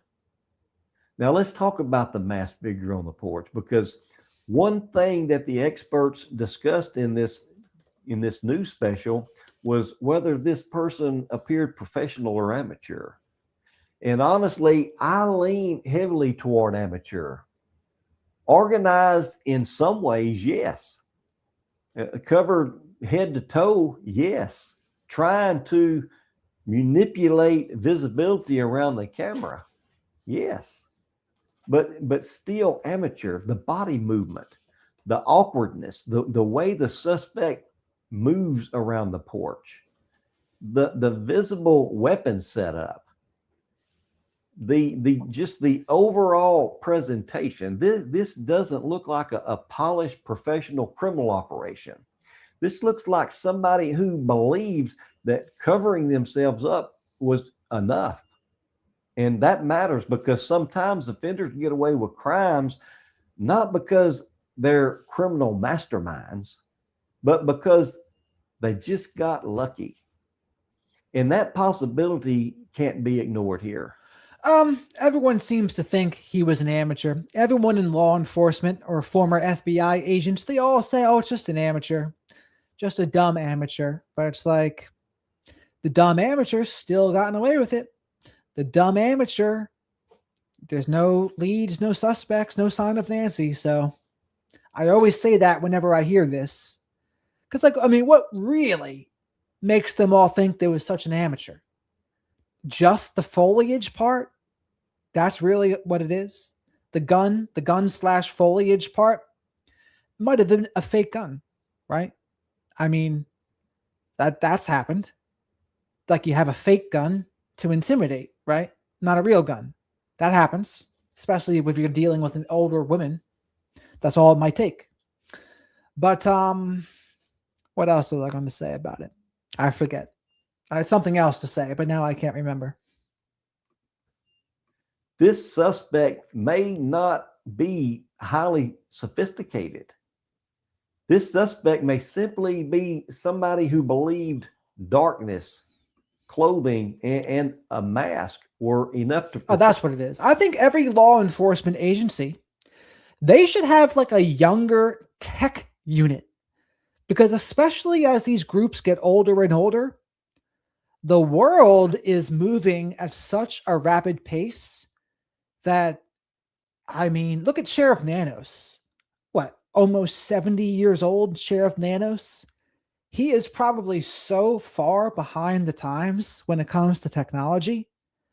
And I would say there's probably a lot of people who are older, who are way behind the times. So it's like you need people like 30 and under to be up on that stuff. Now, granted, there can be tech guys, or at least just tech guys, I should say, right? Not even about the age.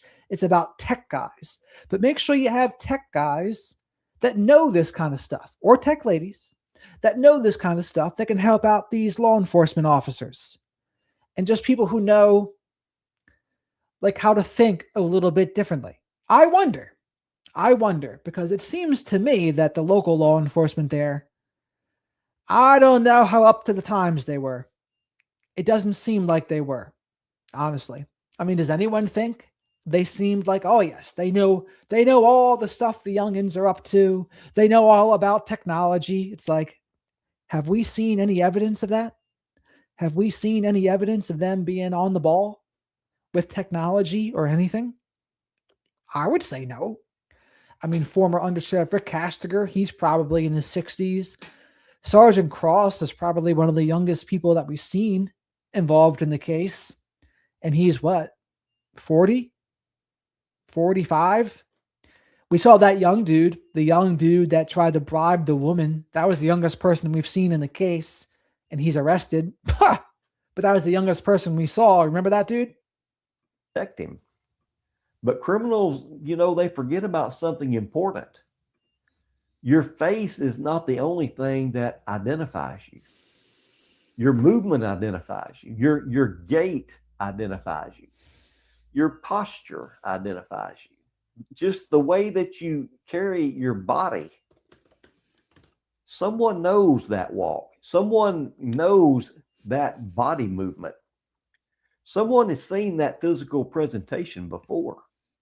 And I guarantee you, investigators, they have studied that video frame by frame. One of the more fascinating theories discussed in the new special was the possibility that the masked person was not acting alone. And honestly, I think investigators, they absolutely have to consider that possibility, because the person on camera may not be the planner. He may just simply be the one sent to carry things out. Somebody else may have known Nancy's routine. Somebody else may have known her home. Somebody may have known her vulnerabilities. Somebody else may have understood how to make this look like a kidnapping. And if that's true, the masked figure may have been disposable, used, manipulated, or promised something. Now, let me be clear. This is a theory. It's not accusation. But Nope, you're using the word theory wrong. This is a hypothesis, not a theory. from an investigative standpoint, it is a reasonable avenue to explore, because if there are multiple people involved, the case changes dramatically. Now, investigators are looking for relationships, phone records, financial tips, you know.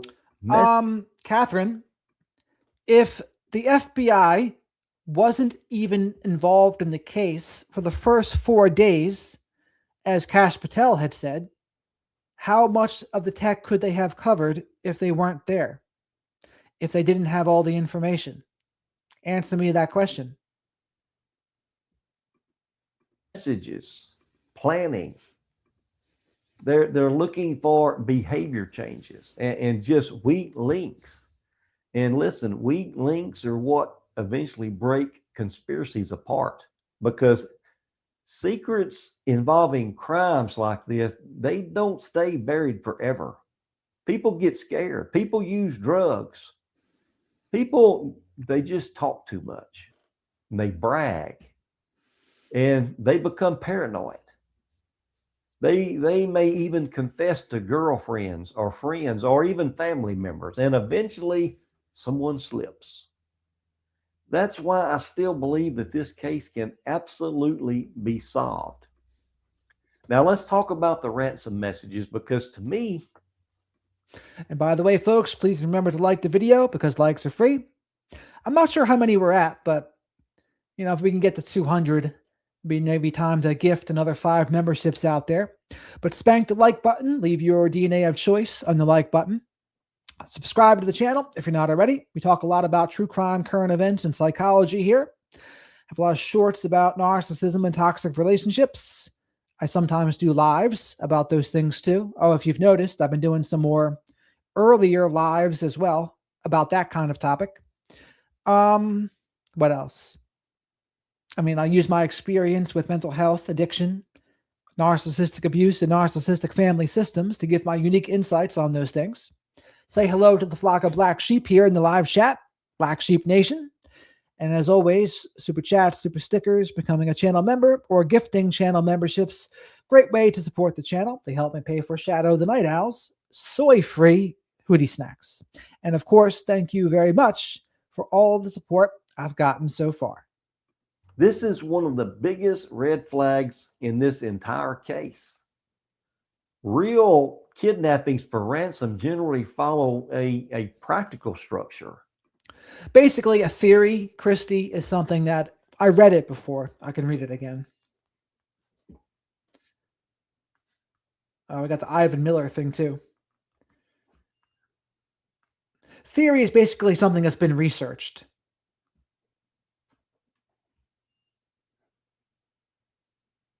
Theories are more established frameworks, so it's one of those words that people constantly use it wrong. By this, because there's a scientific definition of theory, and then there's the layperson usage of the word theory. The layperson usage of the word theory is just an idea. But in the scientific world, that's not how it works. In the scientific world, it's more of the idea is really a hypothesis. That's more like what it is. So a hypothesis is a specific, testable, and tentative prediction made before research, acting as a starting point for investigation. A scientific theory is a well-substantiated, comprehensive explanation of natural phenomena supported by extensive evidence and testing. In short, hypotheses are testable ideas, while theories are established frameworks. And again, that's in the scientific world. The true crime world might use some different definitions of those words. The victim is the leverage. The victim is valuable. The offender wants proof of life. Established quickly, because proof of life creates pressure. Without proof of life, ransom loses credibility. And in Nancy Guthrie's case, the communications, publicly discussed never really behave like disciplined ransom behavior. Sending messages toward media outlets, creating public spectacle, making vague demands, that doesn't feel like a clean ransom operation. It feels emotional, manipulative, attention seeking, or possibly just deceptive. And that's why I personally struggle with the idea that the ransom was ever truly the objective here. I agree with him on this. I don't think it was ever truly the objective. Could the offender have tried to turn a collapsing crime scene into a ransom opportunity afterwards? Absolutely. That happens. But the behavior itself feels more theatrical than practical.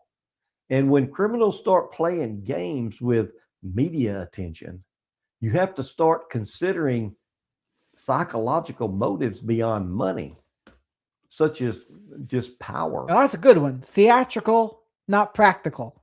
That's a good one. Control, attention, and fear, manipulation. Those motives, they matter in this case. And here's where things become very uncomfortable. I do believe that this offender likely had some familiarity with Nancy or her environment. Not necessarily close personal familiarity, but familiarity.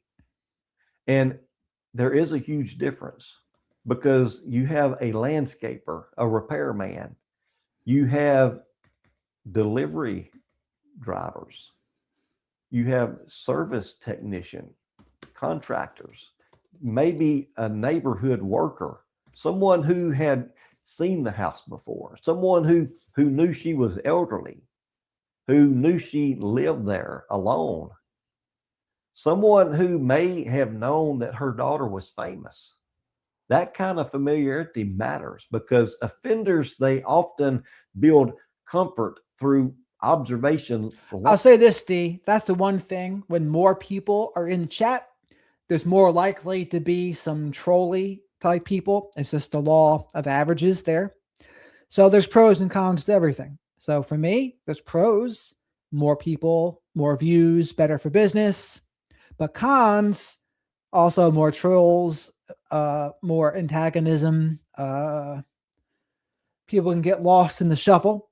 Now, smaller groups, pros and cons as well. Smaller groups, more intimate, more friendly usually. People can really get to know each other more. Cons, not as good for business. What else? And it depends, though. It depends, because there's this one guy, I forget his name. I think his last name is Kelly, but he said 1,000 true fans. That's ultimately what you want. If you have 1,000 genuine fans, he said that's better than 100,000 misfits or just like mediocres. Like 1,000 real fans, he said, is the most valuable thing. And I can see that. I can see why that's the case. Long before the crime ever occurs. And if this person knew the neighborhood, they knew the camera placement, the routes, the traffic patterns, that strongly suggests local familiarity. I continue to believe that this offender was likely local or connected to the area somehow.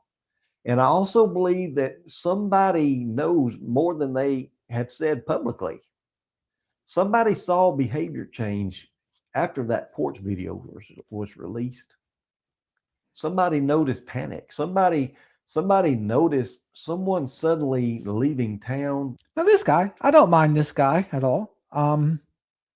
I would invite him on the show. I should probably invite this guy on the show to talk about things. I'd probably be able to direct him and say like, okay, because kind of like Jen Koffendorfer, Jen on her own will maybe ramble a little bit, but when she's directed, I think she has some interesting things to say, and maybe this guy would be similar to in that regard. Strange behavior. And one day, I believe that that's going to matter. I know a lot of people are frustrated. I understand that frustration. I feel it. You know, people feel like nothing is happening. People feel like the case is stuck. And they feel like we keep talking about the same few details. But I want to say this carefully. Silence, it does not always mean that investigators have lost their way. Everyone should welcome old DJ Dave to the flock of black sheep. Glad he decided to say hello. Also, what else was I going to say? And Shaddy, you are correct. The elderly, the older tech people should be mentoring the younger ones. Absolutely true. Silence sometimes just means that evidence is being worked. We talk about this a lot. DNA testing, it can take a very long time. It's unfortunate for Nancy, but it can, especially mixed DNA. Remember, Jody, but there's different levels of tech savvy of 70-year-olds, 68-year-olds, right? Just on average, I would say, if you had to just guess, who knows more about tech, a 70-year-old or a 30-year-old on average? Most people would probably say the 30-year-old, right? That doesn't mean there's no 70-year-olds that are tech savvy. There are certainly some. It's just about the averages, I would say. Analysis. You know, digital analysis, it can take months, like what we just talked about in the last episode. Savannah's emails, her fan club messages, you know, that may have gone unnoticed for years. Investigators, they may already have persons of interest privately. They may simply just lack the final piece that needed to make an arrest. And honestly, I would not be shocked if the FBI today is much more involved behind the scenes than people realize. This is not 1995 anymore. Modern investigators, they can analyze years of digital history, the messages, the apps, the emails, phone records, location. Tech savvy Mike is just someone who understands technology, like understands. And honestly, I'm 41. I mean, I know some, but there's certainly people that know a lot more than me. I mean, like people I know that are late 20s, early 30s that are in the tech field, or the people I know that are into crypto that are actually the developers. They know way more than me. Patterns of behavior and just relationship maps. And if investigators truly believe that this offender had some connection to Nancy or her environment, digital evidence may become extremely important here. And I still believe that this case is solvable.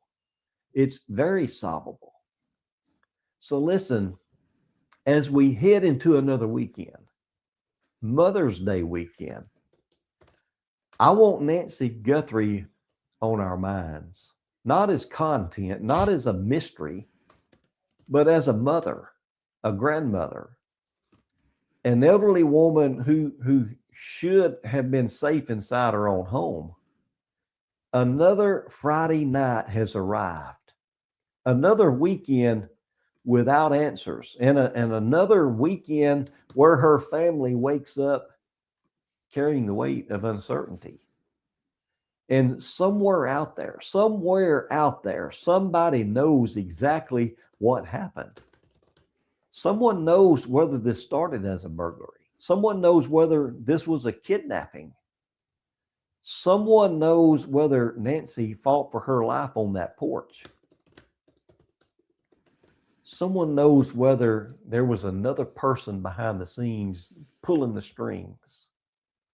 And someone knows where Nancy is. That's why we keep talking about this case. It's certainly not beyond the realm of possibility that she had a heart attack before she was killed.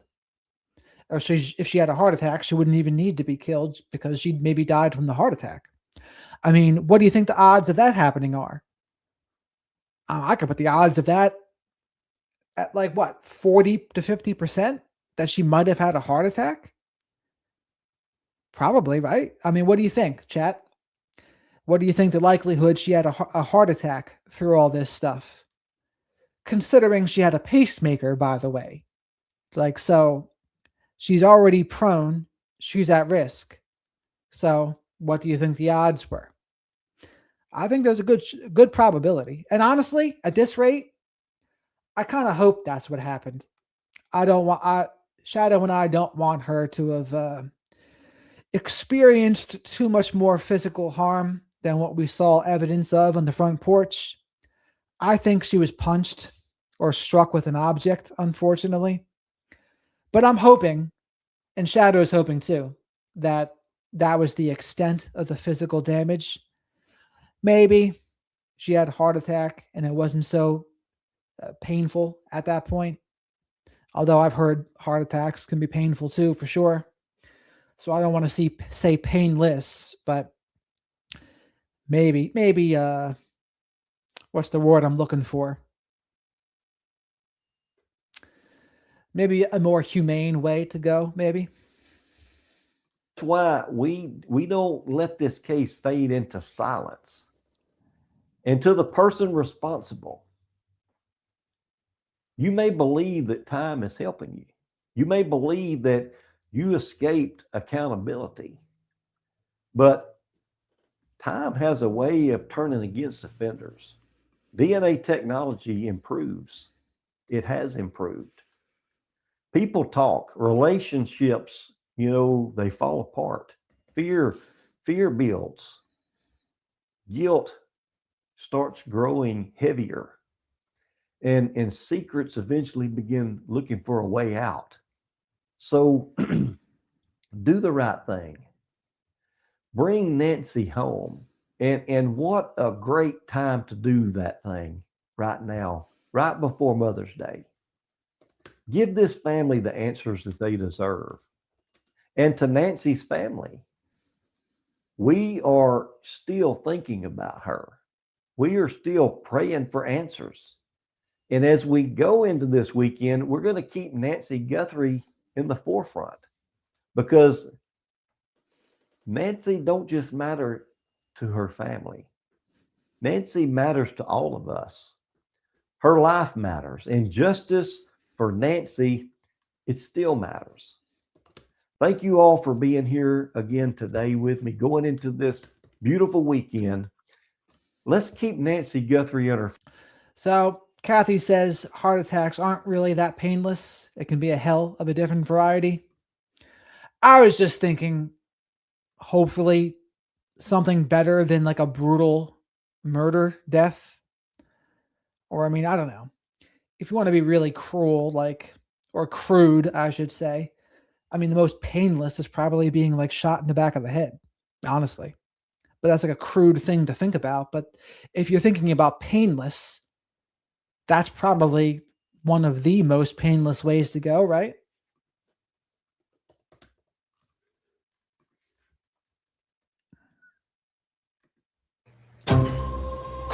This is Hidden Killers Live with Tony Bruschi and Robin Dream.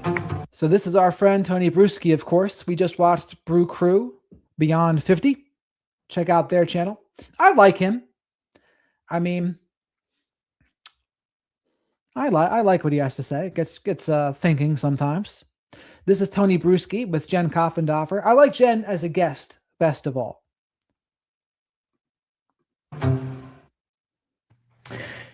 We got a lot to talk about this morning. We are diving back into the Nancy Guthrie, I'm sorry, disappearance, and where it's all at. There's been so many questions over the last 5 months now, which is what we are going on to, and not enough answers. One of the strangest things about the Nancy Guthrie case is how inconsistent the offender behavior appears. Whoever approached that house allegedly came prepared enough to conceal identity, carry a weapon, and interfere with surveillance equipment. But at the same time, the behavior around the ransom communications, the digital trail, the apparent lack of clean operational control feels a bit messy. This lane is about the... Now, I mean, I know a heart attack isn't like that instant. Well, actually, you know what, though?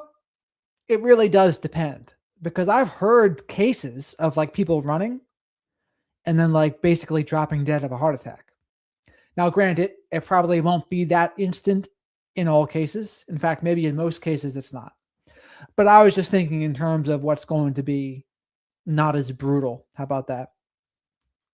Contradiction at the center of the case. Are investigators dealing with someone highly organized or someone just organized enough to be dangerous? We're going to tackle that. Who this person might be, what sort of damage has been done to the case already, and what can be done moving forward in 3 different parts today. Jennifer Coffindaffer, retired FBI special agent, joining me to break all this down. Jen has been on this case from day one, and over on Break the Case, your podcast and your YouTube channel. I know you have been so deep into this almost every single day, and I've really wanted to get back with you on that and just kind of do a recap, kind of a reconvening here, where things are at right now and where they might be going. And let's just kind of go back towards the beginning.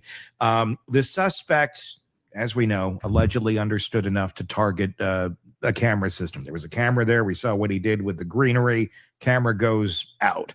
Apparently not, though, enough to understand the back end. Cloud recovery might still preserve footage. And there's been back and forth about that, and that seems to be the big piece everybody talks about because there's not enough other pieces to talk about. So let's talk about it. It's a weird middle ground. Does that suggest that this was somebody who was having some sort of technical familiarity with how the camera works, or somebody who's sophisticated, or somebody who grabbed some greenery and got rid of the camera? All of these 5 months in. By the way, folks, please remember to like the video because likes are free. Spank that like button. Leave your DNA of choice in the like button. Run to the like button, as my friend Livin used to say. Throw Shadow a like vest, the same way that Brian Hooker should have sent one to Lynette Hooker, but did not. And then instead of sending her a life vest or throwing her one, he went off on the SS Soulmate back to America. After he said it would take a higher authority than him to stop searching for his wife. And then SpongeBob meme, 1 day later. Oh, see you later. Back to the States. But say hello to the flock of black sheep in the live chat. Black Sheep Nation, we call them. Say hello. Friendly group, usually. And then super chats, super stickers, becoming a channel member, or gifting channel memberships. Great way to support the channel. If you become a channel member, I do Q&As in there. I'm trying to invite people on to talk about toxic relationship dynamics or issues people are having, because it's tough for me to really help people just like via chat. But if I can actually speak to you, it's actually a way to do that, as opposed to just doing a one-on-one consultation is probably the best way, by the way. That's why it's just you and me, and we can talk about it without any distractions or interruptions. But if you want to be someone that shares for the group in the members-only live streams, that can be the place to do that. And thank you very much for all the support I've been getting so far.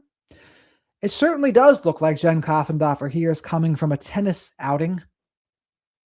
Where do you sit on the interaction that the masked man had with Nancy's doorbell camera? Well, when you look, and such a great question, when you look at this, the way he skulks up, and we know he was there on a prior date, or at least it would appear probably January 11th that he was there without his gun, without the backpack. think she's playing some golf out there. That wouldn't surprise me. Different shoes, different shirt, and he's right up there on that porch. And so he definitely did some surveillance. He knows exactly where that camera is. He puts his head down, and as he approaches, I think it is clear that he has a mission, and that's to pull it off. But to your deeper question, so what's his technical capability? Did he think pulling off that camera would suffice without a subscription? And that is, if we are to understand that he somehow is related enough to know there wasn't a subscription. Tony, I got to tell you that Sheriff Nanos and many others didn't think there was any way to get that coverage without a subscription. It's a minor miracle that Google and the FBI worked together to pull that on day 10. It really, really is. I don't know if people can really appreciate the millions and millions and millions of photos and video that would be written over and over. Shadow says we got a new member here, Philly. New member. Thank you very much for that, Philly. Now you have access to the members only live streams. That can be a Q&A, chill-and-A. They're whatever people want them to be. We talk about all sorts of things there. So thank you for becoming a member, Philly. Shadow and I appreciate that. Some more Hootie snacks that are soy-free coming his way. And over again, like an onion. And the fact they were able to pull any of it. I thought this was really interesting when Kash Patel said very recently, a couple of days ago, that, geez, if we could have been pulled into the investigation on day 1 instead of day 4, we could have maybe gotten more, because, again, that onion was just being layered on top of. So I thought that was really interesting. And I want to get into that in our second segment about the damage that may have been already done and some of the things that Kash has said. Let's talk about this a little bit more, because I think there's still a lot of confusion as to understanding the camera itself and what it has caught over the course of time. I know there has been... So Laura tells me that we're at 175 likes. If we get to 200, I'm going to gift 5 more memberships. So let's get to 200. Then talk that did he show up 2 different times? Was there surveillance going on? Give us some insight here. Refresh me on this. Do we know for a fact that he did show up at 2 different dates, and that we have 2 different images that we've seen from this camera that were not from the same evening that she disappeared? So initially when I saw that, I thought it could have been the same night, but that he wasn't rigged up yet, geared up. Then as more and more information came in, I do believe it's a different night, and I do believe it's the 11th. Why do I think that? A couple of supporting factors. Number one, Savannah says that. She specifically put out a statement and says the 11th is important. The night of the 31st is important, which is also interesting.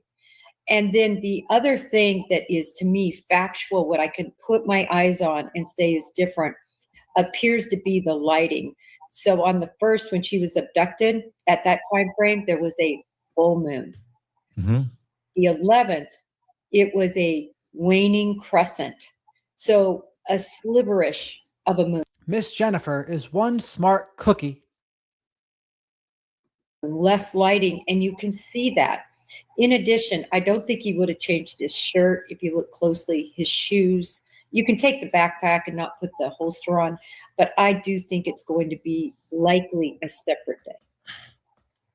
If it was 2 nights and he did surveil and he looked at, okay, here's the entryway, what does that mean for the doorbell, though? I mean, it was the fact that he got there, had to turn it. Was this just a stupid, simple oversight? I know I'm still stuck on it, because if this was a 2-night thing and he knew there's a doorbell there with a camera on it, wouldn't you be ready immediately to go right up to that thing and take it out? Not, oh yeah, shit, there's a doorbell. Let me turn around and grab some foliage. Again, unless I'm misinterpreting what the foliage even was to begin with. Was that not to cover it? Was that more of a gripping mechanism? I know we've talked about that as well. Yeah, when I see it and watch the footage, it looks to me like he 100% knows it's there. He comes in with his head straight down like this and kind of skulks in there. And then he puts his hand over the camera, which is all you would need. You don't need shrubbery. That's going to cover it even less, right? Not shrubbery. I shouldn't call it that. It's ivy. I believe it's ivy. Yeah. But he puts the foliage up. Well, I'm sorry. So he goes like this, and something is happening. And honestly, I think Jen looks prettier here when she's not even as done up. Like sometimes I think she gets done up too much, but when she's more basic, I think it's pretty. if you look at his gloves, they are so big. They're wrinkled on his hands, and I think he possibly could have had another pair under. I'm unsure of that, but certainly the gloves don't fit. Mhm. And I surmise that he went to grab that and he can't get a good grip because the gloves are so big. So he goes back. I don't think the foliage or the ivy is used as concealment. He's got his hand he can just put up there and pull it with the other hand.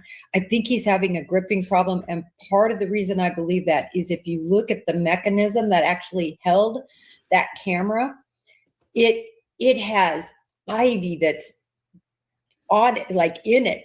In other words, ripped so hard that it's in the screws and in the mechanism that held. If you were just having it out here to cover, it would never need to touch that. So for some reason, I think he grabbed it with that ivy. And I don't think he thought it would be so hard to grip and pull.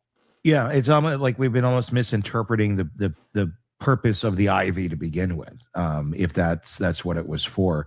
Let's talk about another element here. Obviously, it's been a big one because it continues to be, I think, it continues to make the most noise of everything, because when there's not a lot going on, any little noise that happens. Remember, Maureen calls that guy the front porch phallic bandit. It's the best name I've heard for him so far. Now, B, who's mysteriously absent, calls him the foliage grabber. But I think front porch phallic bandit is I like it a little bit better. Happens is big, and anybody could ring this bell if they so wanted to. I guess if you send an email to TMZ and say you want some money, you'll get some press. If the ransom was truly the objective, the victim selection itself feels a little bit strange. I mean, Nancy was elderly, medically vulnerable, had mobility limitations, and reportedly required medication. Operationally, that's an extremely high maintenance victim. Does the victimology itself undermine this kidnapping for profit narrative? I mean, what's your thoughts here? Was this a kidnapping for profit? What are we thinking the motive was here now that we're 5 months in and have had some time to let some of the dust semi-settle? Right. So I think it's twofold. I think it's 100%. So Jen, this is Jen's idea of what the motive is. We actually haven't listened to Jen for a little while, so let's see if she's updated her thoughts. Targeted. And I believe that this person, it's personal. So targeted, they want Nancy, they want the family to suffer, they want money, they want public humiliation, and they got it all. They did it all. They got what they wanted. So when you really add it all up, to me, that's all you can see, because there's no reason. Right. So I think it's twofold. I think it's 100% targeted. Correct. I agree. It was 100% targeted. And I believe that this person, it's personal. I agree. So targeted, they want Nancy, they want the family to suffer, they want money, they want money. That's the one part I don't agree with. So I agree with everything except for money.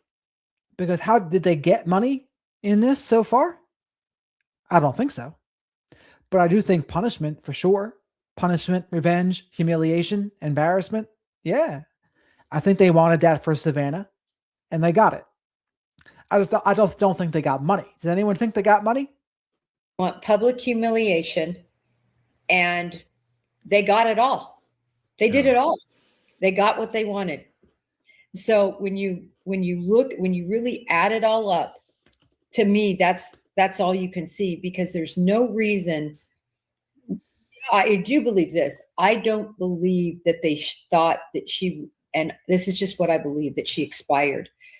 I don't believe they thought they couldn't keep her alive long enough to do a demand. Yeah. So now she's dead. They have no proof of life. So what do? They're going to go to the media and make this big and make it embarrassing for the family, because now the family, a lot of people believe they're losers for not saving their mom when they're worth $40 million, right? A lot of people are going after this family. It pisses me off, but it's happening. And it's because they put this out here on TMZ for millions to see. Why? Why do you do that when you know the family is going to be told by the FBI, I mean, if I'm the family, well, are you going to give money without proof of life? I mean, I'd give money if there was any evidence that it would lead to something fruitful. But as it is now, there's no evidence, or at least back then, there was no evidence that it was going to lead to something fruitful. You got to give them something, right? Are you going to pay for nothing? Just on the wing and the prayer? I mean, to me, they'll be just kind of throwing it away. And I guess you would say, though, well, what do you have to lose? Money is less important than a human, which is true. But like, what does anyone think paying those ransoms would have done anything of value? Does anyone think that? I mean, press 1 if you think if they paid, they actually would have gotten something in the case. Or press 2 if no, it probably wasn't even related to the case, and they were just being opportunistic and trying to exploit the situation. So 1, you think, yeah, they paid. Maybe they would have found her. Maybe they would have gotten her back alive. I don't think so. But I mean, press 1 if you think that. Press 2 if you think, no, they were just opportunistic exploiters. You don't pay it unless you have proof of life, and then they beg for proof of life. Then they pray for proof of death. You're right. They beg the people, and then they don't get any of it. So they don't give any money. And look at what people are saying.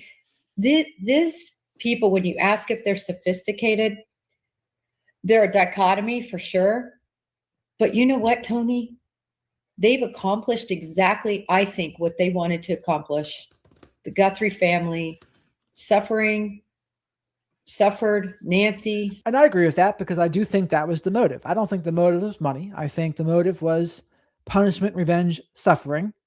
And since that's the case, I think they got what they wanted out of the entire thing. And Nancy's gone. They've gotten away with it up until now. I mean, what more could they have asked for? Now, and this is also why I'm completely okay with Savannah Guthrie going back to work. If the whole thing was punishment, revenge, humiliation, well, Savannah not going back to work, I think, kind of plays into that a little bit. But the fact that she went back, because that's the thing that gives her joy, then I would say, okay, you're really trying to combat what the motive that I think it was. So that's one of the reasons I don't have a problem with her going back to work.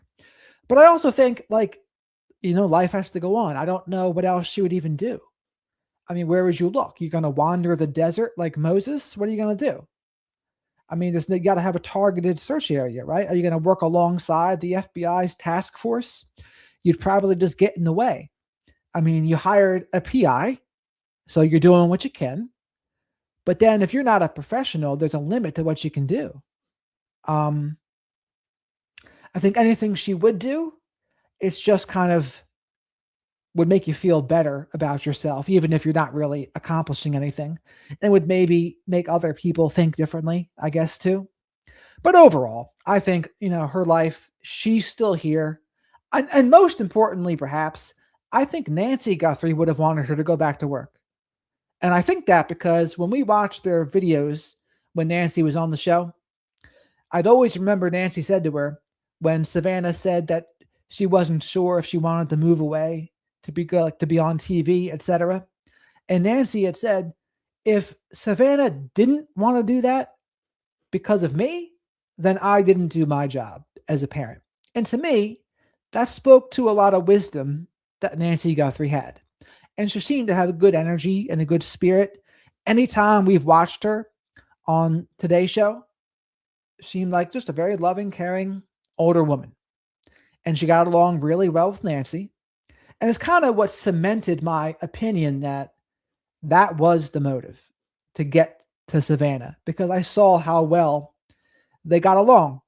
And so I think that was a massive part of it. Suffering, likely deceased.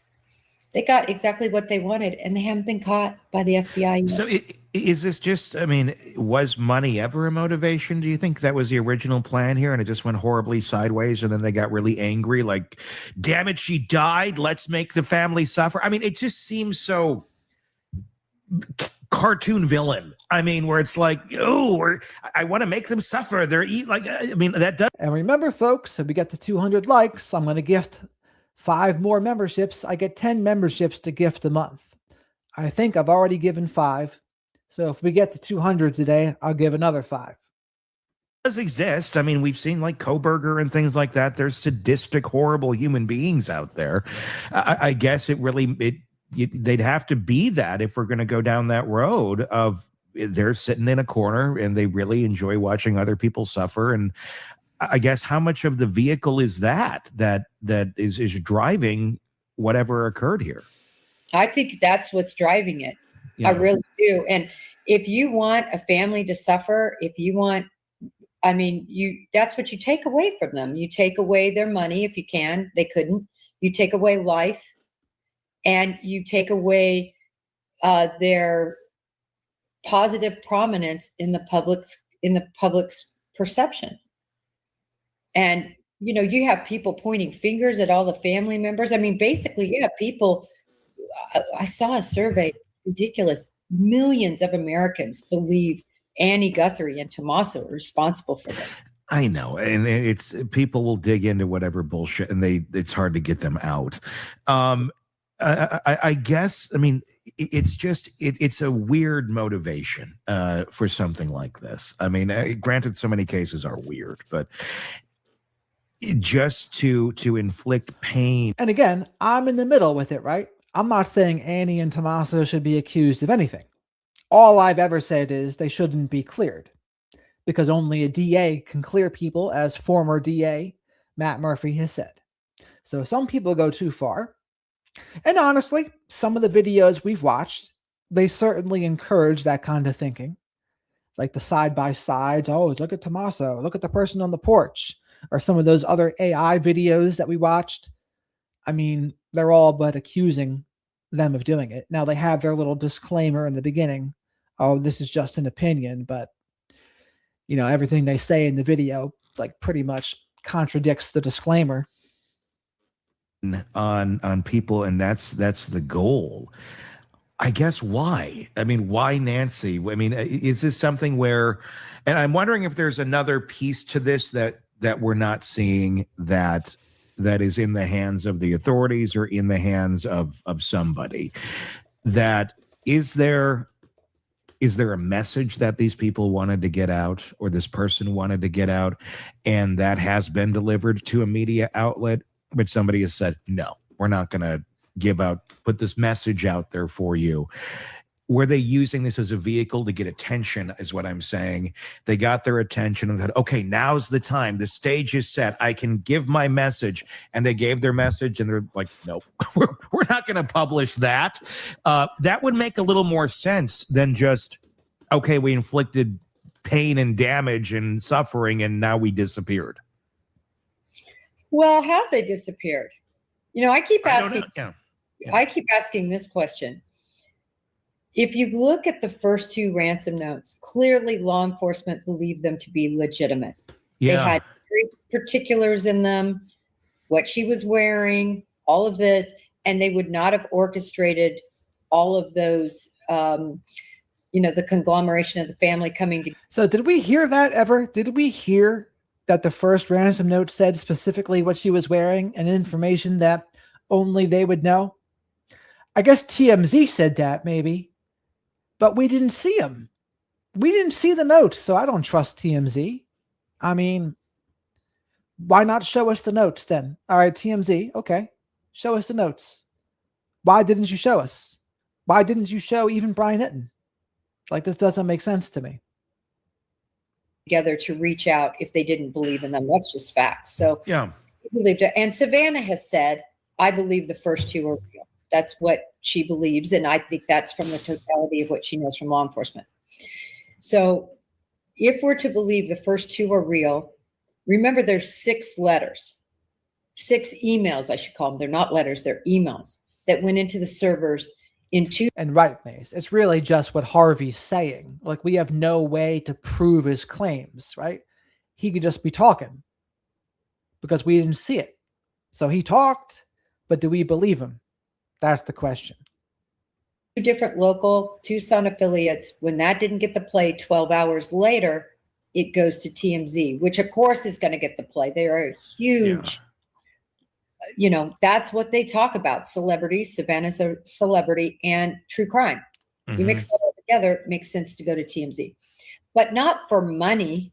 That's not for money. That is for notoriety, control. I agree with Jen on this. I agree. Not for money, notoriety, control. What else? Jen, speaking my language here, and Shadow's language too.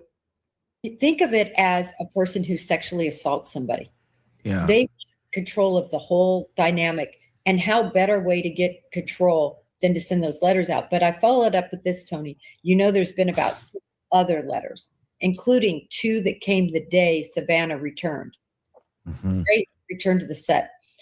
And these other letters, nobody has said they're connected. Savannah didn't say these were connected. But riddle me this, same modus operandi, going to these media outlets, same Bitcoin, right? They want Bitcoin, not any other cryptocurrency that's named. They have a Bitcoin account set up. We know it's different than the first one. And look at the pain that that's inflicted. Savannah goes back and they send 2 more. I'm just saying. Definition, modus operandi. A Latin phrase meaning mode of operating. In criminal law, modus operandi refers to a method of operation or pattern of criminal behavior so distinctive that separate crimes or wrongful conduct are recognized as the work of the same person. Interesting. More complicated than I would have thought. I read it again. So in criminal law, it means a method of operation or pattern of criminal behavior so distinctive that separate crimes or wrongful conduct are recognized as the work of the same person. This is a better definition. Modus operandi. An individual or group's habitual way of operating. I like that definition. Simple to the point. As Albert Einstein said, if you can't explain it to a 5-year-old, you don't know it well enough. So that's my favorite. An individual or group's habitual way of operating. Law enforcement doesn't know who the 6 emails are from, the first 6. And they don't know who the latters are from. What do we have here, Shadow? Shadow says, Jared, look at this.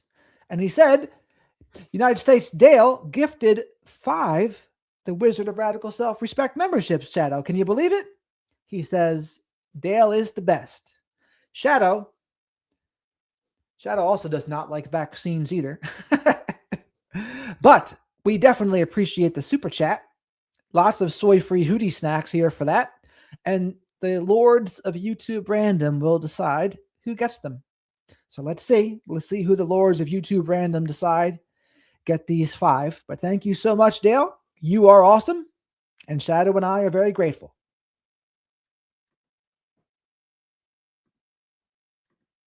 So how could you possibly say they're definitely not interrelated?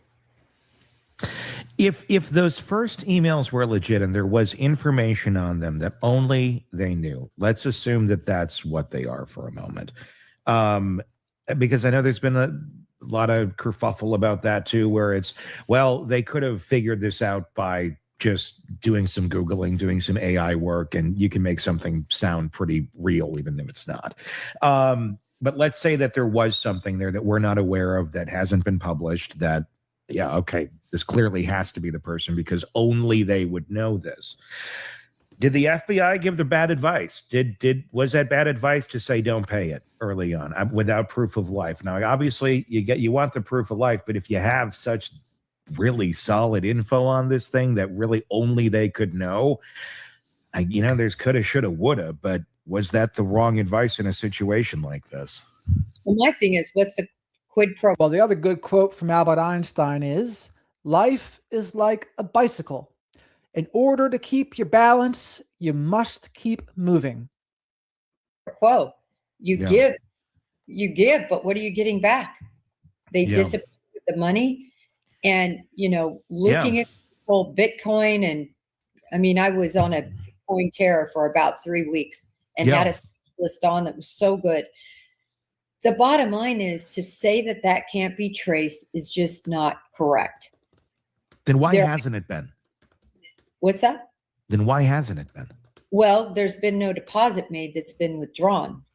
Okay. There's $300. Yeah, the only way they'll track it is it has to go to a place where it's converted, right? It has to be like, they're only going to see it like once it cashes out, right? That's the only way you'll be able to know, like where it's cached. But if you're just sending it from Bitcoin address to Bitcoin address, they're anonymous. Like they can be anonymous addresses. Like you just see the wallet address, but you don't see anything about that person. You don't see their name. You don't see their telephone number or their address. You don't see any of that. You see just the address. Oh, like this is the number. But that's it. But when you cash it out, that's when you would find it. Just to see if it worked, I guess. But nobody withdrew that $300. Why do you think nobody withdrew the $300?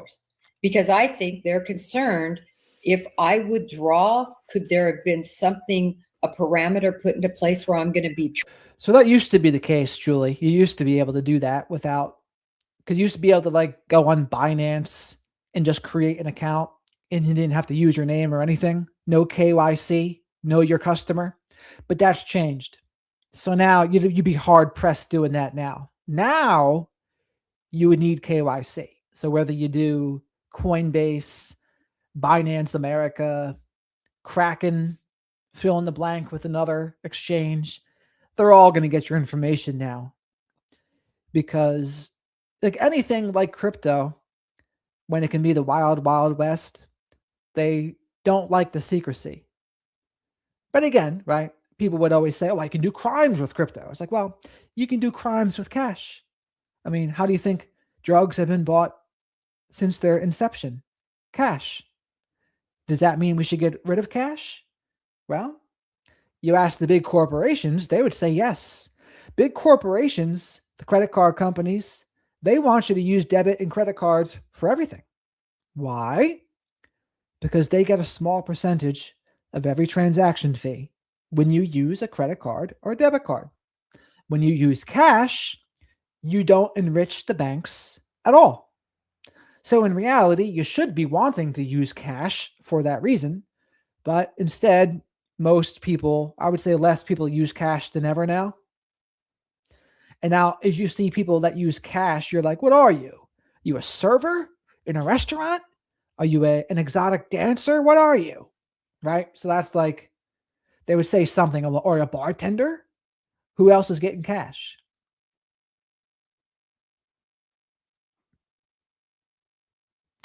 So that's the thoughts. I mean, I like crypto, so I like Bitcoin. I think Bitcoin, I've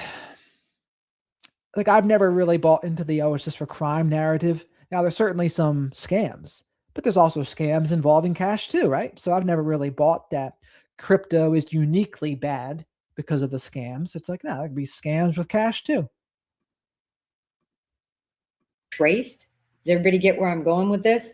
I mean, there are a lot of Bitcoin cases that have been solved, and the end user has been identified. That's why I keep saying, tickle the freaking wire. Well, at this point, would it even work? I mean, at this point, if they're still out there, they're watching us, they're watching everybody. They'd know, well, clearly at this point, if I withdraw this, they're going to figure out who I am. I mean, they'd have to find another method, I would think, to try and gain this money. I mean, if they were to suddenly drop, here's $100,000 in this wallet, it's a little more incentive to, well, it's not worth $300 to see if they catch me, but 100,000, million, whatever it may, you want to drop into there, that may make somebody, take a shot at it and see, can I get away with this? I guess, is that? Shadow just remarked to me, there's a lot of green names in the chat, and Shadow likes to see that. Lots of green names. Worth doing. And old school folks, at least old school folks for this day and age, there used to be a membership fairy, we'll call them. And they came in here and they gifted about literally $500 worth of memberships. I think their name was John. But Shadow and I appreciated that. Yeah, but why hasn't the FBI done something like that to tickle the wire? Well, a couple of things. First of all, it's not a certainty that the breadcrumb of the withdrawal would definitely mean victory. In other words, that they would definitely be exposed, right? There's all these things you can do with these Bitcoin accounts. And it's literally like back in the day when you did a money drop, or when somebody robbed a bank and had the money, and you're literally tracing, oh, that money was used at JCPenney's. Oh, that money was used for this. And it's a nightmare, but you finally, takes forever, but you can find how it comes out clean. You know, if enough of these breadcrumbs. So it would be a nightmare from what my understanding now is of Bitcoin, because of all these different things. But, you have to be able to make it liquid. Although I don't know if you knew this, but you can use Bitcoin in fast food places now. Sure. I mean, a lot of people believe it is our future, is this cryptocurrency. Yeah. For what that's worth. But what I mean is, who cares if you have $100,000 if you can't buy a car with it? So they need to be. So that's just my point. Why hasn't the FBI done it? I think they don't want to set a precedent. By the way, it's already been set abroad, just not here, that if you don't have proof of life, you pay, right? Sure. Because you worry about other people doing that. So I totally understand that. I'm just saying, if you're at a dead end, I would be doing that. Yeah. If you're at a dead end. Yeah. There's just so many questions as to why is this happening? Why is this not happening? And I mean, I don't know. And I don't think anyone does. Your thoughts in the comments section on Substack and YouTube. We'd love for you to weigh in. The links are in the description. And that's why I thought the whole thing wasn't for money, because of all the things to do to get money, you're going to do such a high risk thing like this. It just doesn't make sense. Punishment makes sense for Savannah Guthrie. Embarrassment, punishment, revenge, that makes sense. But for money, there's so many other ways, I thought. The Nancy Guthrie case isn't just about what's happening at the house. It's about what happens after law enforcement arrive. The FBI director publicly criticized the handling of the case. Pima County pushed back. Evidence reportedly went through multiple channels. The public got conflicting narratives about access, timing, and forensic processing. In this section, in this lane, we're going to be talking about something investigators hate discussing publicly, whether institutional friction may have damaged some of the case itself. And I think friction might be putting it nicely. Jennifer Coffendaff, retired FBI special agent, with us to help break this down. Law enforcement agencies disagree privately all the time. But when an FBI director, now Cash, has come out and publicly implied critical evidence handling was delayed or mishandled, he did this on Sean Hannity's podcast. What does it tell you about the level of frustration behind the scenes here, and just kind of the, I don't know, kind of callous, off the cuff kind of way it was delivered on the Sean Hannity podcast? I mean, it's just, it was, I don't know. I'm not surprised, and I'm not saying it was a bad thing that he said what he said. I think it was very kind of just forthcoming and raw about the case. But it certainly has implications as well. What are your thoughts? Well, the director of the FBI. Yeah. I mean, this is really unprecedented. I've talked about the fact that directors are typically, for decades, they were figureheads.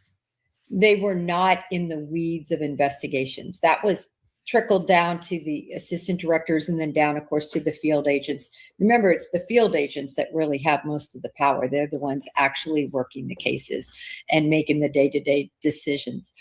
So to see a director point this out, I thought was huge. I mean, it is the biggest slap in the face that I've probably seen ever in any case when you have a director point that kind of finger. And Yeah. it's really not even that veiled, Tony, give the implication, like about the DNA and about the issues. You know, I always say this, when you have cracks at the top, you're going to have cracks in an investigation. Having said that, I truly believe the boots on the ground are working well together. Yeah, I mean, I'm sure there's great investigative work that is going on behind the scenes here. It's just your figureheads are not the greatest, it seems, on this. I mean, again, the biggest thing is we get so many conflicting versions of the story. Look back, Kash Patel, when he's talking to Sean Hannity, you get one side of the story from him. You listen to Sheriff Nanos's PR statement, you get another picture of the story from them. And then Sergeant Cross is on with Brian Entin, and then he gives another different version of the story. It's like there's just so many different of the versions of the story. Where's the truth? Where's the truth? In the middle somewhere, I guess, but it's just difficult. It's difficult when there's so many versions to sift through. I mean, and when Kash speaks about this, it makes you go, okay, well, he's not the greatest at decorum to begin with. I mean, is he speaking out of turn? Was that speaking? Mace, yes. Notice Sheriff Nanos is very conscious of what people are saying about him in public, right? Brian Entin said, or I think Ashley Banfield first. Oh, Tommaso may be the prime suspect. One day later, oh, Sheriff, no suspects. Family clear. Brian Entin says what he did about 2 separate days in the Nest Cam footage. Next day, Sheriff Nanos, no, we have no evidence that they're 2 different separate days. Kash Patel on Sean Hannity. Oh, it took 4 days for the FBI to be allowed access. Right away, Sheriff Nanos. No, that wasn't true. We worked with them right away. So he's right on it to contradict them all. Not a turn to say something like that, in your opinion? Was that a wise move to? And I'm not trying to make this a let's criticize Kash Patel segment, but it just, I don't know. Was that a good move? Is that level of transparency something that is a nice change and we should have more of that? Or is that someone who really just doesn't quite know the ropes and the cause and effect of speaking out in that sort of way, and someone who really wants to be a field agent and really has no true FBI experience, but is now suddenly the director of it and doesn't quite know his role and the cause and effect of the words that come out of his mouth? Well, I think if you look at what he promised Trump, he said, listen, I'm going to curb violent crime in cities. We're going to deport everyone we possibly can. And we are going to be transparent in terms of things we're doing, at least, you know. You were very welcome, Nanny. We'll put that on the screen for you, because on this channel, Shadow and I don't just talk about true crime. We also talk about this. So, Shadow fell off his perch. Shadow, have you been drinking behind my back? He said no. But I wonder if Shadow's gotten some bad ideas from clavicular. I hope not, Shadow. We don't need to send you to a treatment center. Nanny Goat says, I'm not blowing smoke, Jared. It's true. I'm so grateful for what I've learned about narcissists. I couldn't understand why my husband did what he did. And you've given me so many aha moments. That is beautiful, Nanny, because that's what it's all about.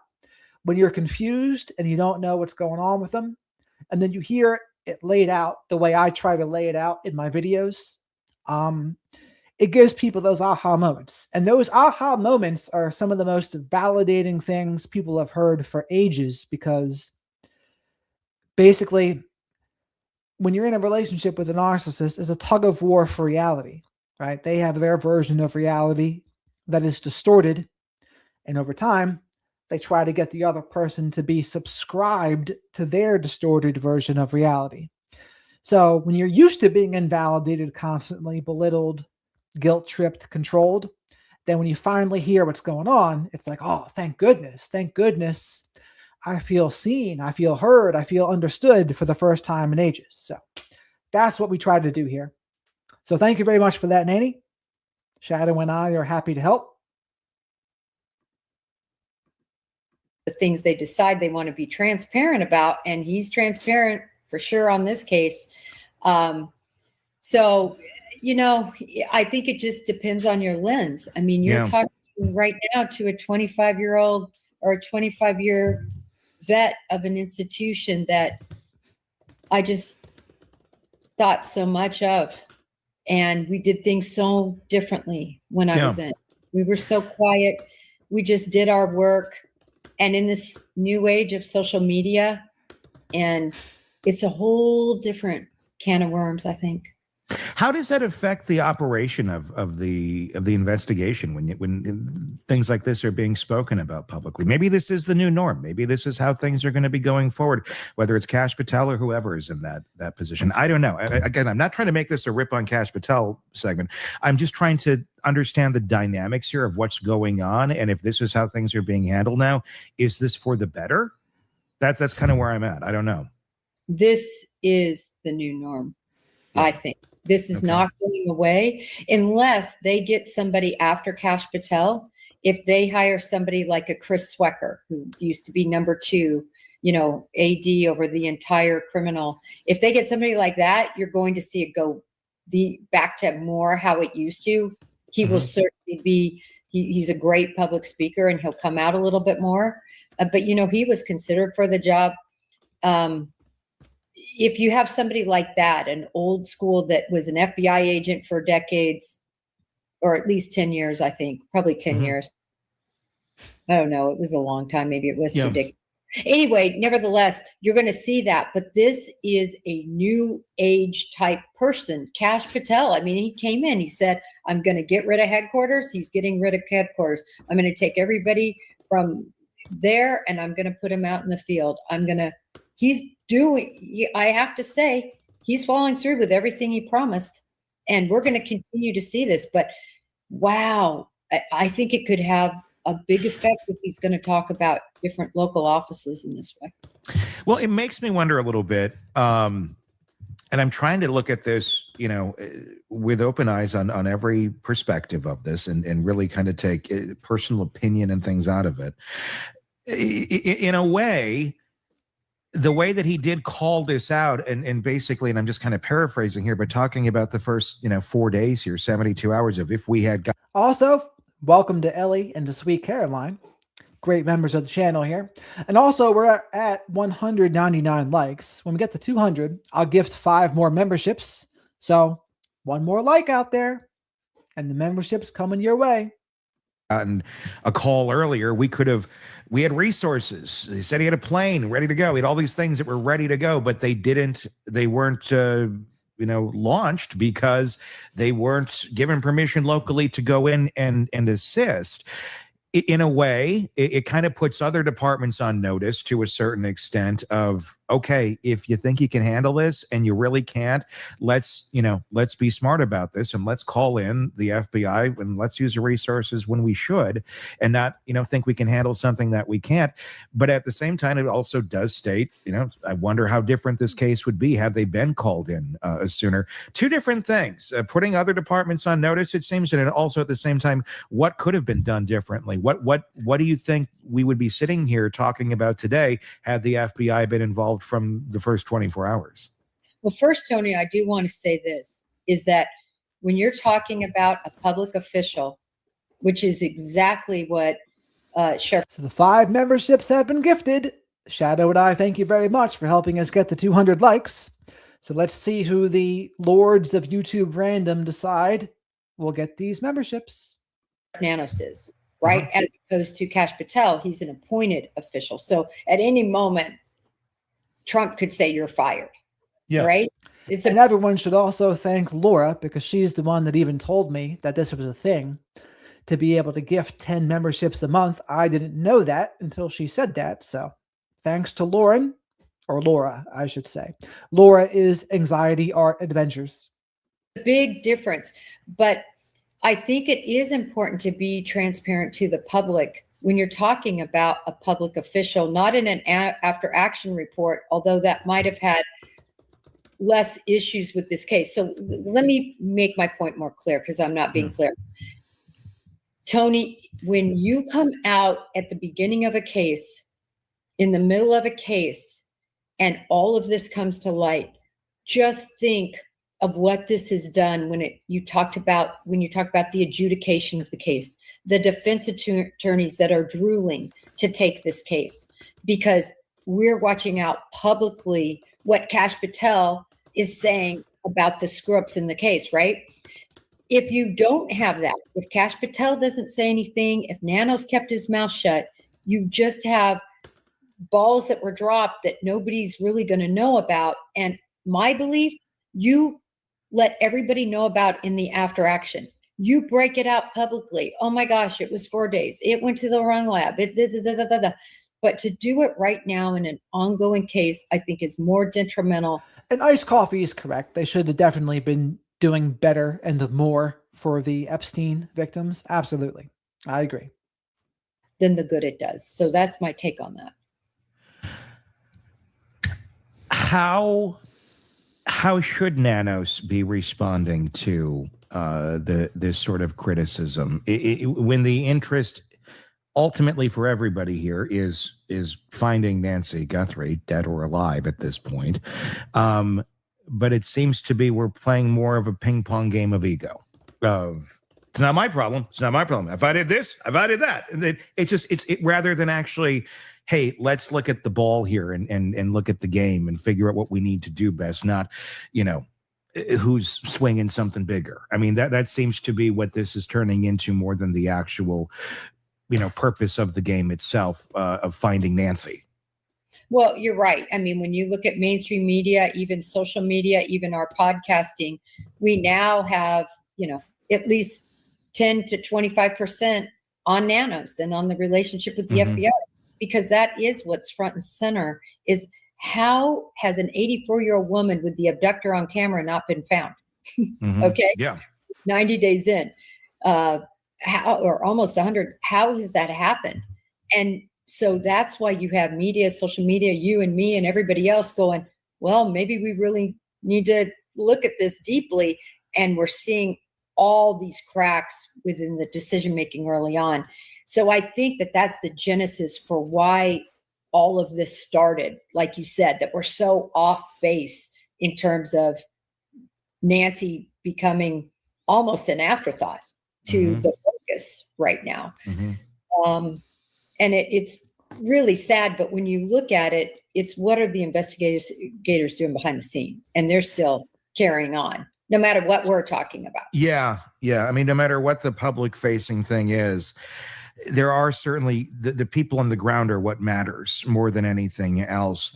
But I mean, obviously optics are extremely important. It just seems the folks in charge don't seem to grasp that concept very well.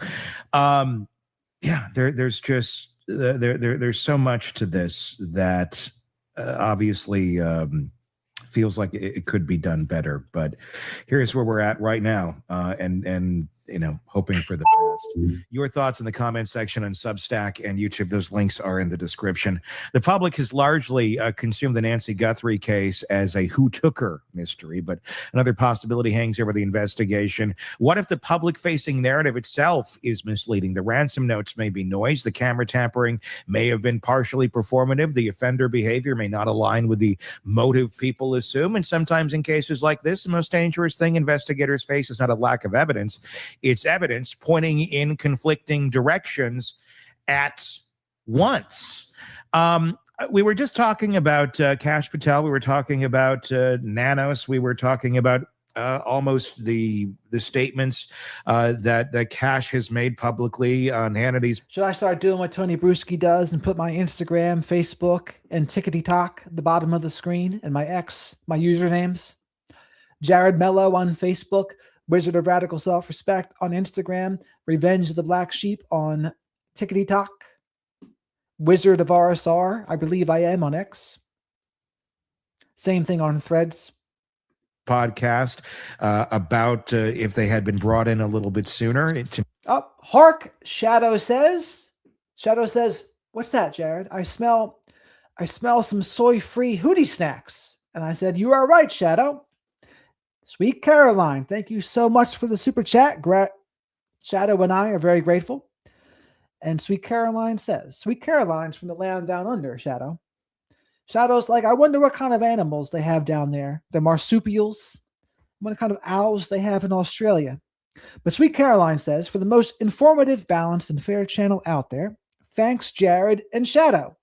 How about that? Shadow and I are flattered for that. We try to be balanced and fair. We still get criticized sometimes, but that's to be expected when you're in the public's eye a little bit. That's just reality. Happens to everybody. But I'm glad we have people like Sweet Caroline and others that they see us trying to be balanced and fair and informative. I do. It is genuinely important to me to have the integrity to do that, by the way. For some people, it doesn't seem like it is, or some creators. But for me, I do try. I do my best to be. Because as Yoda would say, there is no try, there is do or do not. And I agree with that too. So thank you again, Sweet Caroline. Me, it almost, like I said, puts other departments on notice to a certain extent of, hey, if you got something that you can't handle, you better call us so we can get in there. I guess the question I have on some of that going forward with other departments is, does speaking out like that, does that encourage other departments to call the FBI? And Autumn's 100% correct. She says, us black sheep back you guys up, Shadow and I, and that is absolutely true. The flock of black sheep does have my back and backs me up. And Shadow and I do notice. And we try to show our gratitude for that very thing. Or assistance, or does that make them go, maybe we better off just handling this in-house without the extra noise and the extra chaos coming in, although be it well-intentioned with, the actual investigators on the ground. Sometimes, it does feel like you got chaos here and you got chaos there. And if you're already, let's say there's a department that is operating in a very fruitful way, I don't know that this is, if you're the person making a decision going, let me call that guy. He seems like he'll be here to help. I don't know. Does that encourage or discourage, you think, other departments, should they be facing something of similar nature? Well, it better encourage them. Yeah. Because what lessons from Delphi, what lessons from this case, even from Idaho, in actually a pretty positive way. Yeah. Right? The lesson learned there was, listen, you had 60 agents on that and staties on it. You had everyone involved in that case. And in 5 weeks, they nabbed this guy that would have never been, he was unusual, right? He shouldn't have been on the radar. PhD student, unrelated to the victims, lived in another state, blah, blah. But they put it all together, and they put it all together quick, but they were involved on day one, and same with the state police. Moscow didn't say, oh, I think our crime scene people can handle it. I understand Moscow is smaller than Pima County, and I'm not trying to put down Pima County. I'm just, if you can have it all, why aren't you having it all? Yeah. The president was literally on television on his Air Force One talking about the Nancy Guthrie case and how they have the full breadth of resources from the FBI.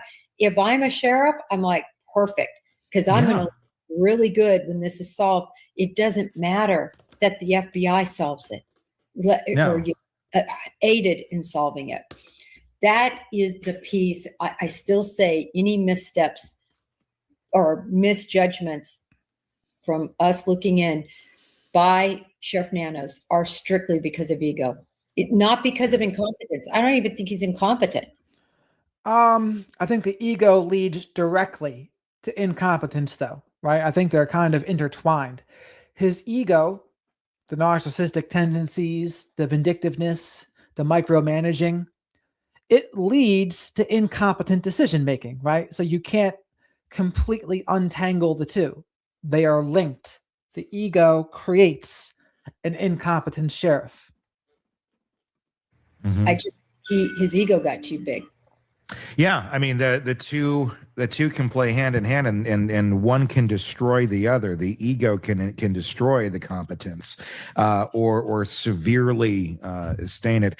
Another element to this that has been discussed is because we're all keep looking at this damn thing, and we're like, what's going on here? There's something just doesn't make sense. And you have to, at some point, now that we're 5 minutes in, go, am I looking at this wrong? Are the blocks that I have in place in my head from my understanding of this case, is there something that's not what it appears to be?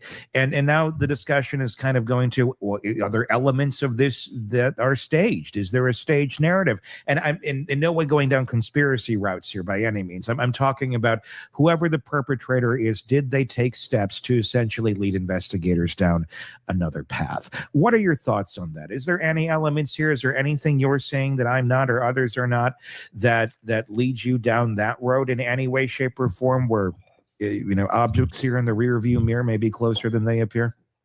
Well, I want to preface this by saying what I mean by staged. Do I think Nancy was killed someplace else? No. Do I think Nancy was, somehow brought back to the scene so her pacemaker could connect with the phone and, thus make it look like she was abducted? I really don't. Do I think the doors were kept open to show perhaps multiple people that would have entered or something like that? I do think that's possible. Mm-hmm. So I think certain things could have been partially staged. I know that there is a lot of talk out there about could she not have even been abducted? That the whole thing is just a big menagerie. Huh? What is this one? What walk me down that road. Oh, this is an interesting one. It's interesting because it comes from somebody who is well respected. Okay. And the thought process is this, is that Nancy was killed someplace else. Nancy, this whole abduction thing is a bunch of baloney. Also, everyone should welcome Dylan from New Zealand to the chat here, into the flock of black sheep. She's been enjoying the company, so I wanted to make sure the flock of black sheep and Black Sheep Nation and the school of Pisces that are still here, welcome Dylan. I'd like to see that section of the world, Australia and New Zealand, representing. Shadow approves. Porch guy is baloney. In other words, that's why he's, it's all just a play. And that they, killed her someplace else. Obviously, they would have had to bring her back or otherwise have her blood droplets to drop on the porch. So maybe not bring her back, blood droplets on the porch. Basically, that the whole thing is staged. For what? Why? How?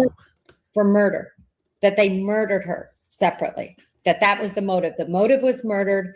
And then to cover up the murder, they staged this abduction to get everybody down the road of this being an abduction when it's not. It's a cover for a murder. Is this down the road of, because I haven't gone down a lot of roads that get kind of weedy.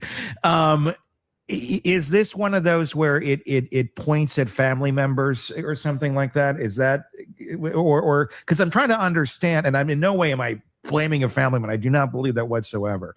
But I'm wondering, okay, they dropped her off that night. I mean, there's the garage door, all that stuff. I mean, there's evidence that she was home. She connected to the app and everything. Is it something in that vein where they never dropped her off or something? Is that where that goes? I think it's certainly in the vein that it's somebody very close to the family that would have been involved. So Tony touched up on the pain point for her there, because he basically said never dropped off, kind of implying that Tommaso or Annie had something to do with it, right? That's what that means. So let's see how Jen answers this question, because she doesn't seem to like any kind of implications of that at all. So let's see. So I'll rewind it so you can see. Is that, or because I'm trying to understand, and I'm in no way am I blaming a family member. I do not believe that whatsoever. But I'm wondering, okay, they dropped her off that night. I mean, there's the garage door, all that stuff. I mean, there's evidence that she was home. She connected to the app and everything. Is it something in that vein where they never dropped her off or something? Is that where that goes? I think it's certainly in the vein that it's somebody very close to the family that would have been involved. But I'm just saying that's certainly out there when you're looking at what is in the ether. It's in the ether, and it's an interesting thought. I just, But how would that play out if without a family member being involved? If she was dropped off, she was out, they were playing cards. I mean, where would they have abducted her from that night? Or am I off on that too? If this were to play out, where it wouldn't involve a family member? I think the only way for that scenario to play out is for a family member to be involved. Okay, so that's one of the theories that are out there. Okay, yeah. But I mean, think about this saying. That's certainly out there when you're looking at what is in the ether. It's in the ether, and it's an interesting thought. I just, But how would that play out if without a family member being involved? If she was dropped off, she was out, they were playing cards. I mean, where would they have abducted her from that night? Or am I off on that too? If this were to play out, where it wouldn't involve a family member? I think the only way for that scenario to play out is for a family member to be involved. Okay, so that's one of the theories that are out there. Okay, yeah. But I mean, think about this, Tony, and I will say this. It is so incongruent. This guy on the porch with his holster in his crotch, big gloves, lumbering around.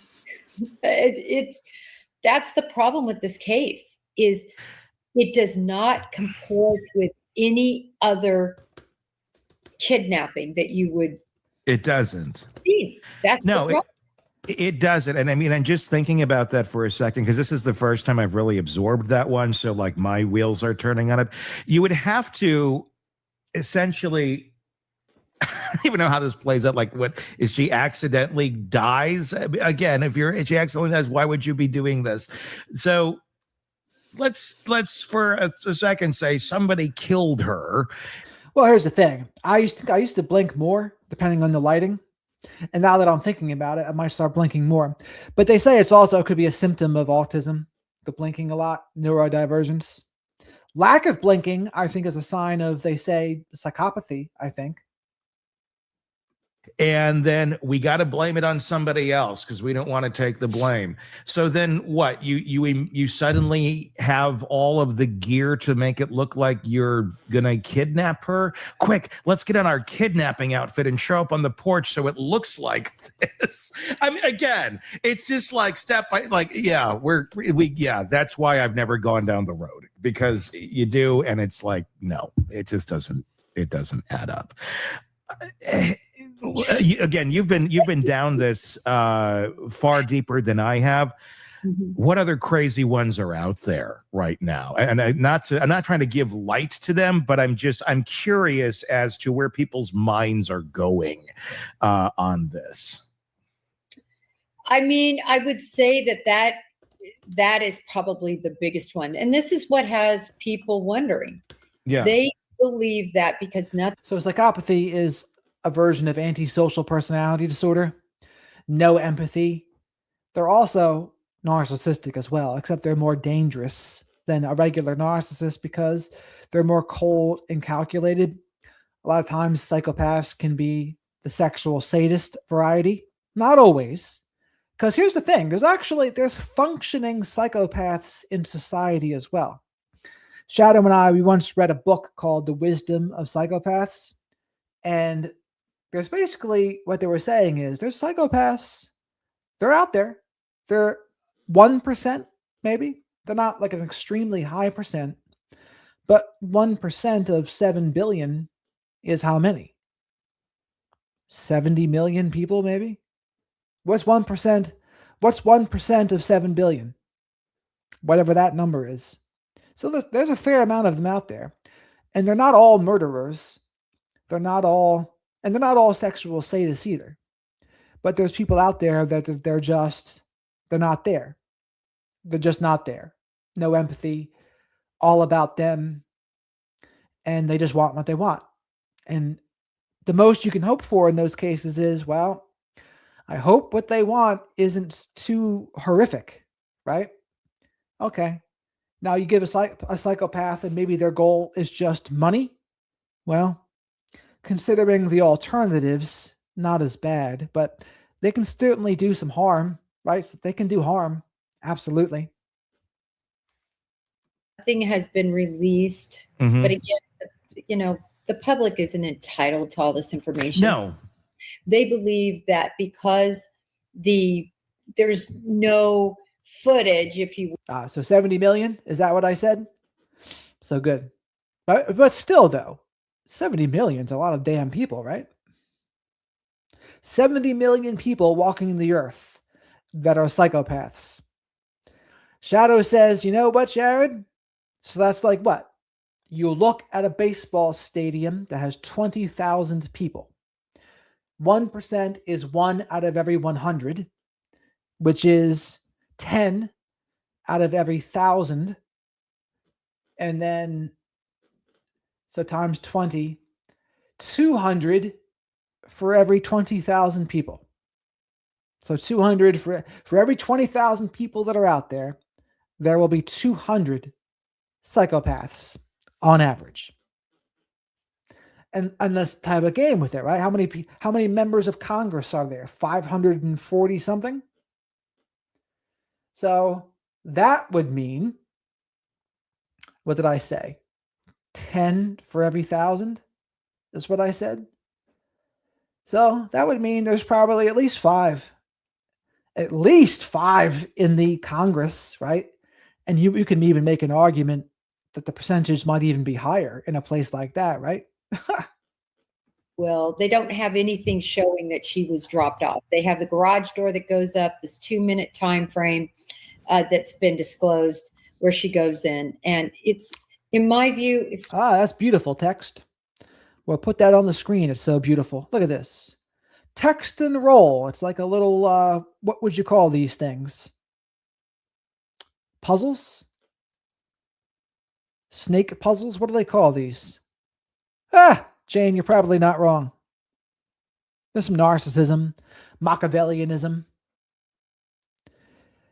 Well, depending on where you go, there's a difference between sociopaths and psychopaths.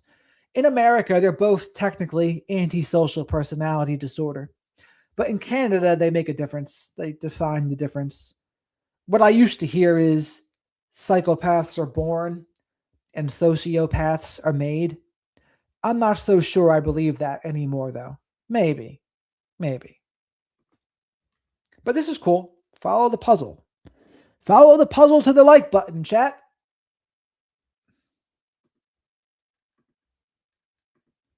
Totally reasonable.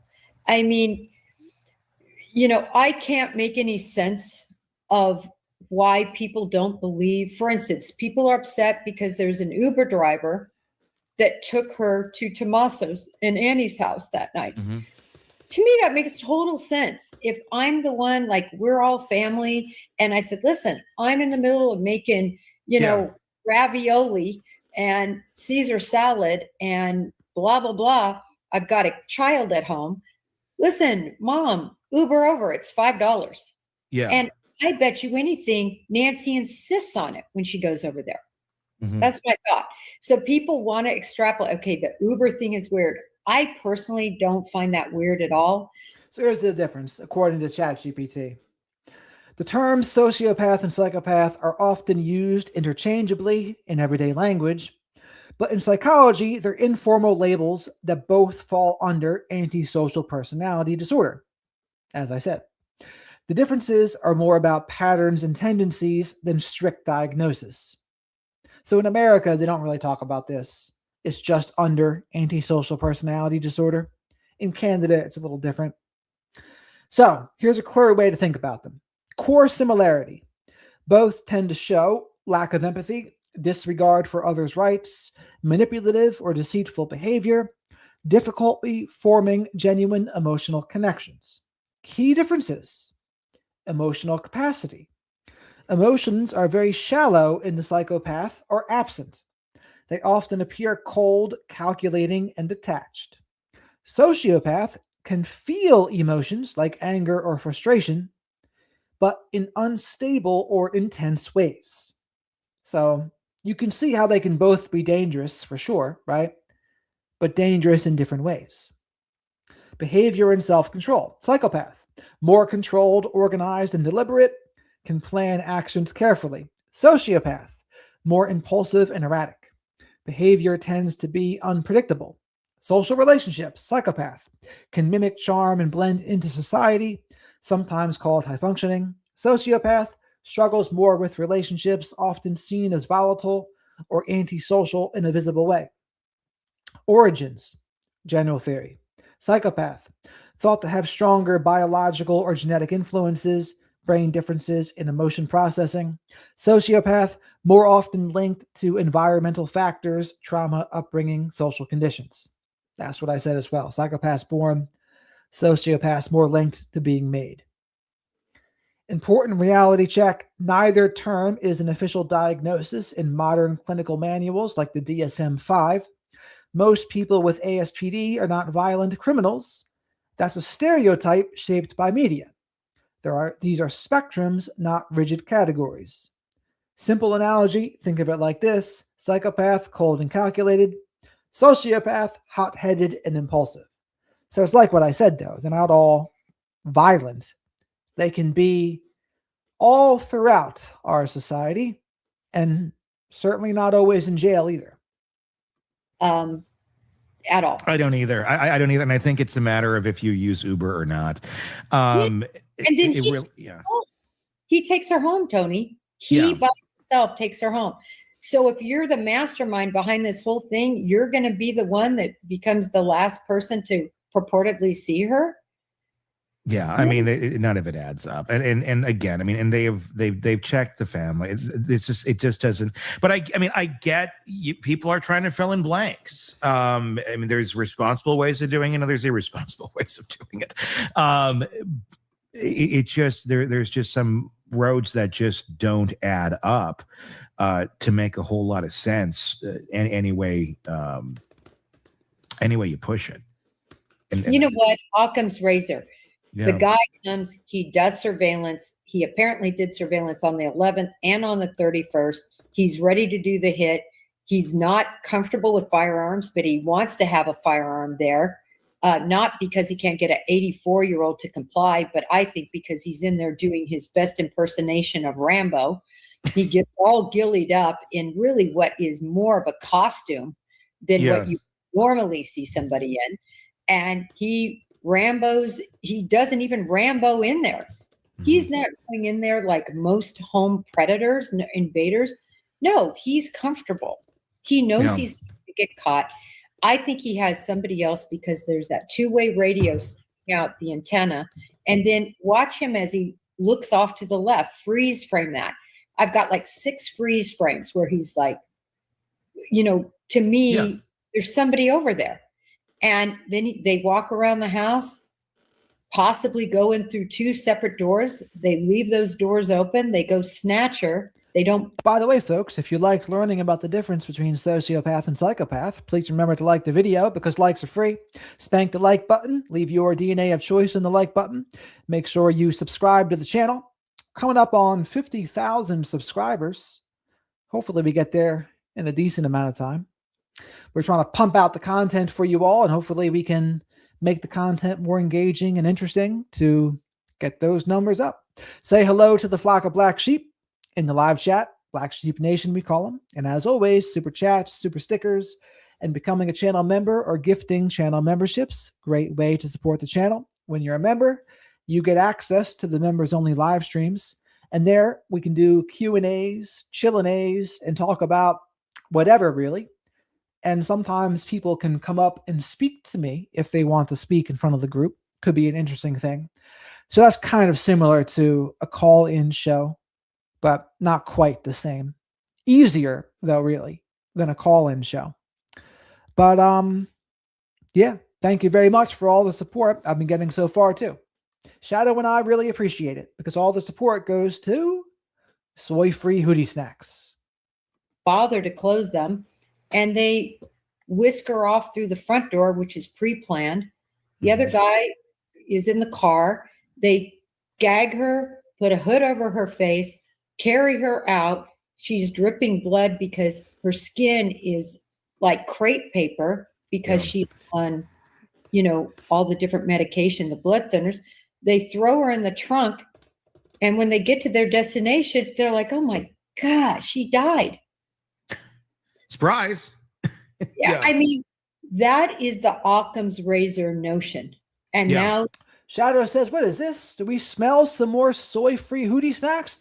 And Shadow says, Jared, we might be able to get some paraben, phthalate, and fragrance-free soaps and shampoos with it as well.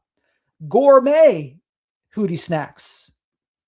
Gourmet hoodie snacks, because Sweet Caroline has a 50, whatever the currency is in Australia. What is the currency in Australia, Sweet Caroline? Go team, like. Amen, say it again, Shadow says. And Shadow says he loves Sweet Caroline very much. But Shadow loves everyone in the chat too. So, but we definitely appreciate the support. So thank you very much, Sweet Caroline. I don't even know what to say.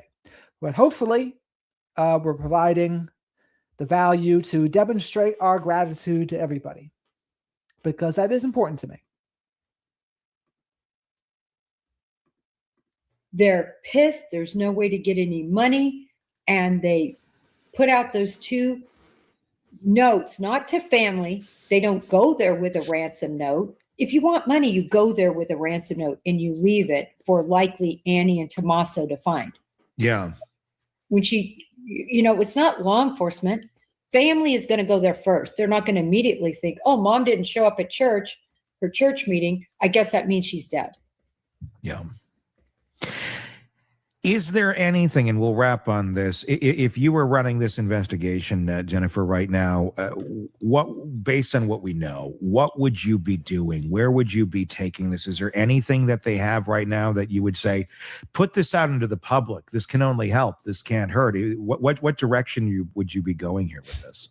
I am so glad you asked that. First of all, number one, and I've said this before, all those flipping billboards would have porch guy's face on it. I think they're around 25 or something like that.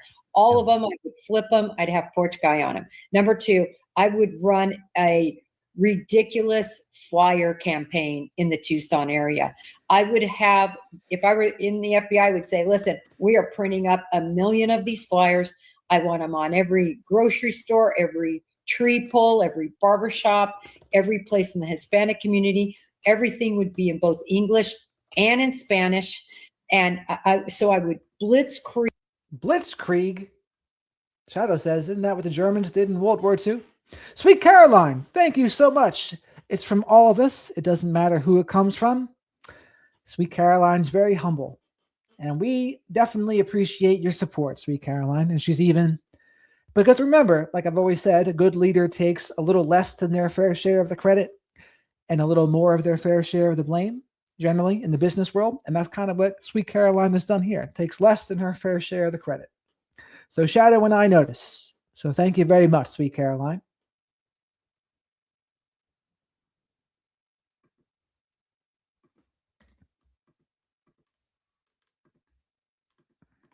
Trying to figure out who porch guy is. That would be number 1. Blitzkrieg. Number 2, when it comes to the DNA, as far as I know, and maybe they have finally went back, but I don't think so. They never took the doormat. I would get one of my agents and I would have ERT go there and preserve that doormat, even though it's been trampled and ruined and everything else, because you never know if there is some DNA from the perpetrator on there. I know it's too late. I know it's 3 months, but at least you try it. I would definitely grab that doormat and any other doormats, because if those doors were propped open, they likely came in through them.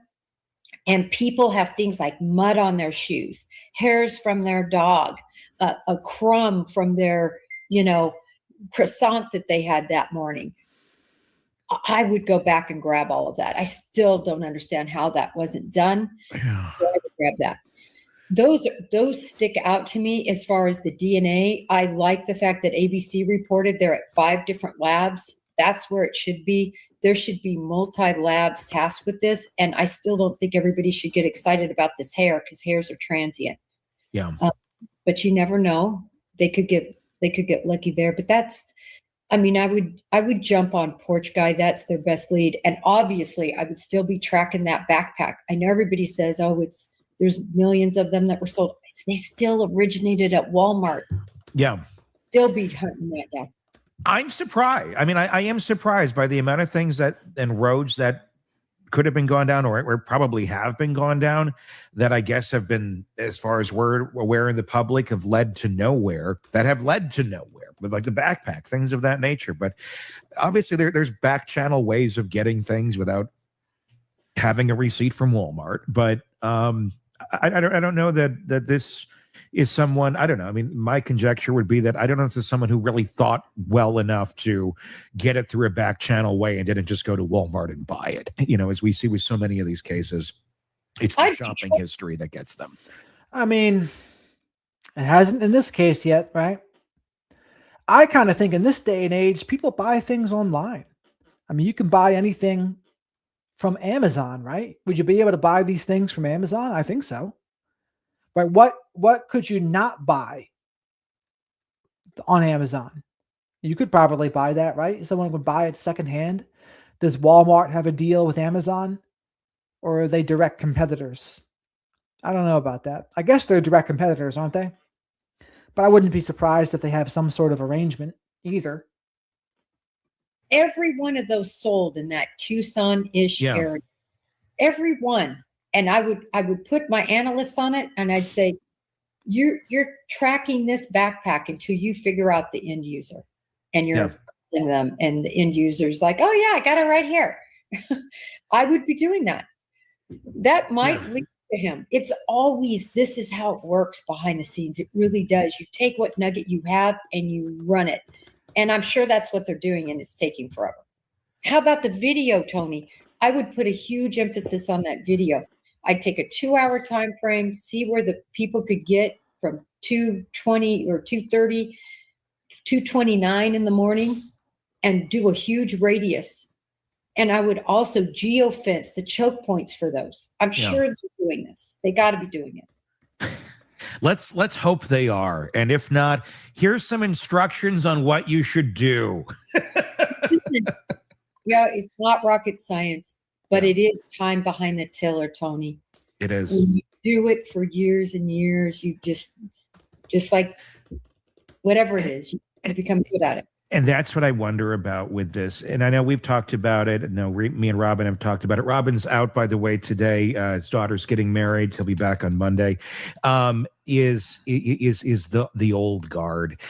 Is the fact that this case is stalling? Is this also a symptom of the fact that there are so many newer folks in here, and the old guard that you had, Robin had, so many folks had, to help show the ropes, to help get you to become the old guard eventually, to work your way into that position?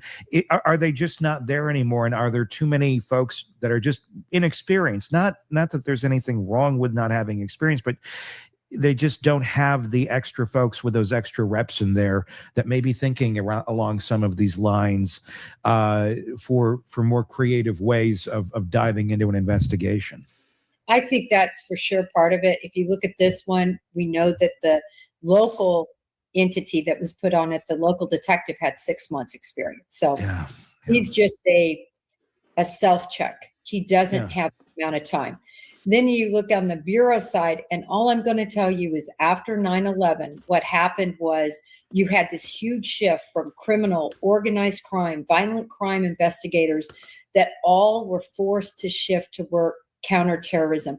That is not violent crime. It's not, you're really, it's more of an intelligence type role. You're trying to get informants at mosques. You're trying to make sure this country's safe from bad actors, international terrorists, right? A total complete shift to actually boots on the ground doing cases against bad, violent criminals. Now you have this new shift, right? They're trying to get back to that. They're tired that the gangs have taken over and their street crime, but now you don't have that guard. We that were raised under all the violent crime guys. We all retired 2016-ish. And now you have the people that are really good at counterterrorism. I think no time behind the tiller in some of these cases. I'll give you the case in point here. Why didn't they go up on the roof to check? I told you my story about how I learned my lesson about how you have to check roofs. I bet not one person had an issue and knew to check a roof. So now they know. I guarantee all those case agents would be like, let's check the roof. Yeah. And it's, I'm not trying to say anything disparage. It's just, you don't have the reps. You don't have the reps. You know, you gotta get them. It takes time. And that's the only thing that does is time and experience. And I believe, people are trying to do their best, but when that element is missing, then it does, you don't have, the full strength of what that investigation could be theoretically. Well, hopefully, if nothing else, this gives a lot of agents some reps for other investigations that they go on. Fascinating conversation as always. Jennifer Coffindaffer, check out her podcast, Break the Case, her YouTube channel, Break the Case. She's talking about this all the time, has gone far more in depth than we just did in this 1 hour. There's hours and hours and hours of you breaking this down. So go and check that out with Jen on Break the Case. Definitely worth your time to do that. Give us your thoughts in the comment section on Substack and YouTube. We'd love for you to weigh in. Until next time, for Jen, for Todd, and for Robin, I'm Tony Bruschi. We'll talk again real soon. Want more on this case? All right. So that was our friends Tony Bruschi and Jen Coffindaffer, friends of the channel. Brew Crew Beyond 50, friends of the channel. Monks Intrigue, friends of the channel. And TMZ, even friends of the channel, talking to Brian Entin. That's the review of who we listened to tonight and went over. Oh, wow. The thing went 3.5 hours. I didn't realize the time flew by this fast. But if you're still here, please remember to like the video because likes are free. Spank that like button.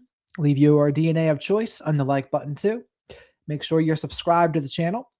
Tell a friend or 20 about the flock of Black Sheep here, Black Sheep Nation. You can tell them we talk about true crime and current events and psychology, and that I interview lots of mental health professionals and true crime professionals even too. And we talk about all sorts of things. Narcissism, people like Dr. George Simon, Dr. Peter Salerno, Dr. Mark Eatonson, Dr. Z. Who else? I'm sure there's more than I'm forgetting. The Wolf of Wall Street's wife, Dr. Nay. Remember her? Never seen The Wolf of Wall Street? I've interviewed the woman that is his wife, Dr. Nadine Macaluso. And there's Dr. Denise, all sorts. I like Monk because he comes up, he thinks. Monk is thinking of things, which I give him credit for, which I always say. I don't always agree with what he says, but I definitely give him a thumbs up for thinking. You got it, Ellie. Hopefully, have you gotten a chance to watch that yet? If so, I hope you liked it. Yes, lots of doctors. Mike King from Profiling Evil. He has his book, Wolves in Sheep's Clothing. H.G. Tudor, I've interviewed. He's really the only quote-unquote self-aware narcissist / psychopath I even get along with anymore. So only H.G. Tudor.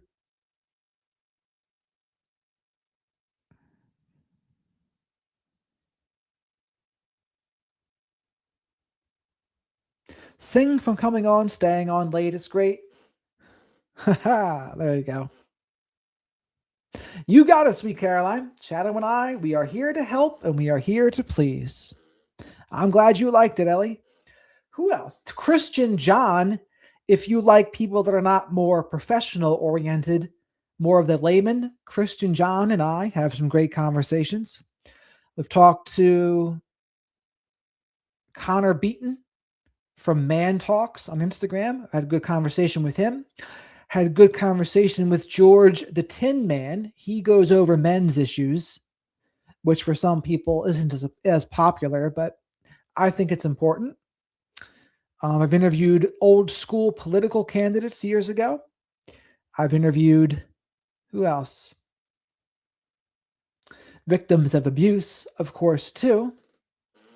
Dr. Cochiola. She has a TED Talk with over 1 million views. So Dr. Christine Cochiola, I've interviewed as well. Dr. Carrie McAvoy, I liked my conversation with her because she is on the autistic spectrum like me. So we went over that kind of thing, being on the autistic spectrum. So that was cool. So that's just a list of some of the people I've interviewed. I know there's more that I'm just forgetting, but they're there. So, all right, everybody. I guess it's time to wrap this bad boy up. So, you're very welcome, Corey. Shadow and I are very grateful. Shadow Mike says to say hello to the owls in Harper's Ferry, West Virginia. His cousins are out there, the great horned owls. Dr. Gary, I'd like to get him on the show. D. Ellie. Thank you very much, Ellie. I try to have my own unique style that goes well. So Regina, Autumn, Ellie, D, Teresa, Rooster, Mike, Corey, Linda, Sweet Caroline, Julie Bug. Where's Danielle, by the way? Did she fall asleep from the edibles? Jane, Mace. Lots of green in the chat. Shadow and I love to see it. User. Good luck dealing with those hooligans, User. I know how that is. Not very fun. Kev. Sorry for your loss there, Kev. Kev's baby mom or ex-wife, I'm not sure what you want to call her. He said that she died at 41, so Rooster. Shadow and I want to send good vibes, and as should the rest of the flock of black sheep. TXT, thank you. Have a good night. I guess Philly's already gone. George, always good to see you, George. George is an OG too. Yeah, it is indeed, George. Indeed it is.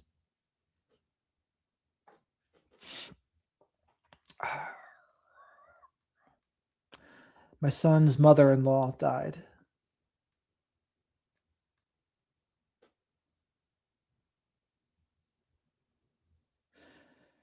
Who is your son's mother-in-law? Is that your wife? Is that what that makes that?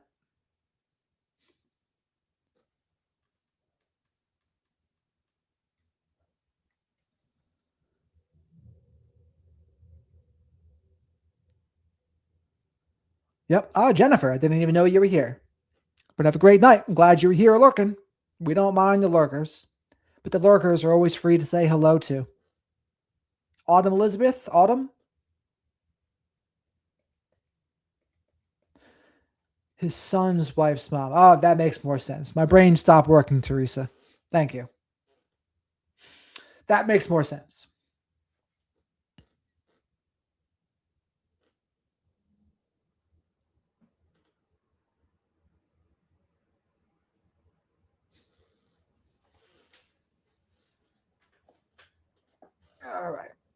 All right, folks. So, yeah, it was his son's wife's mom.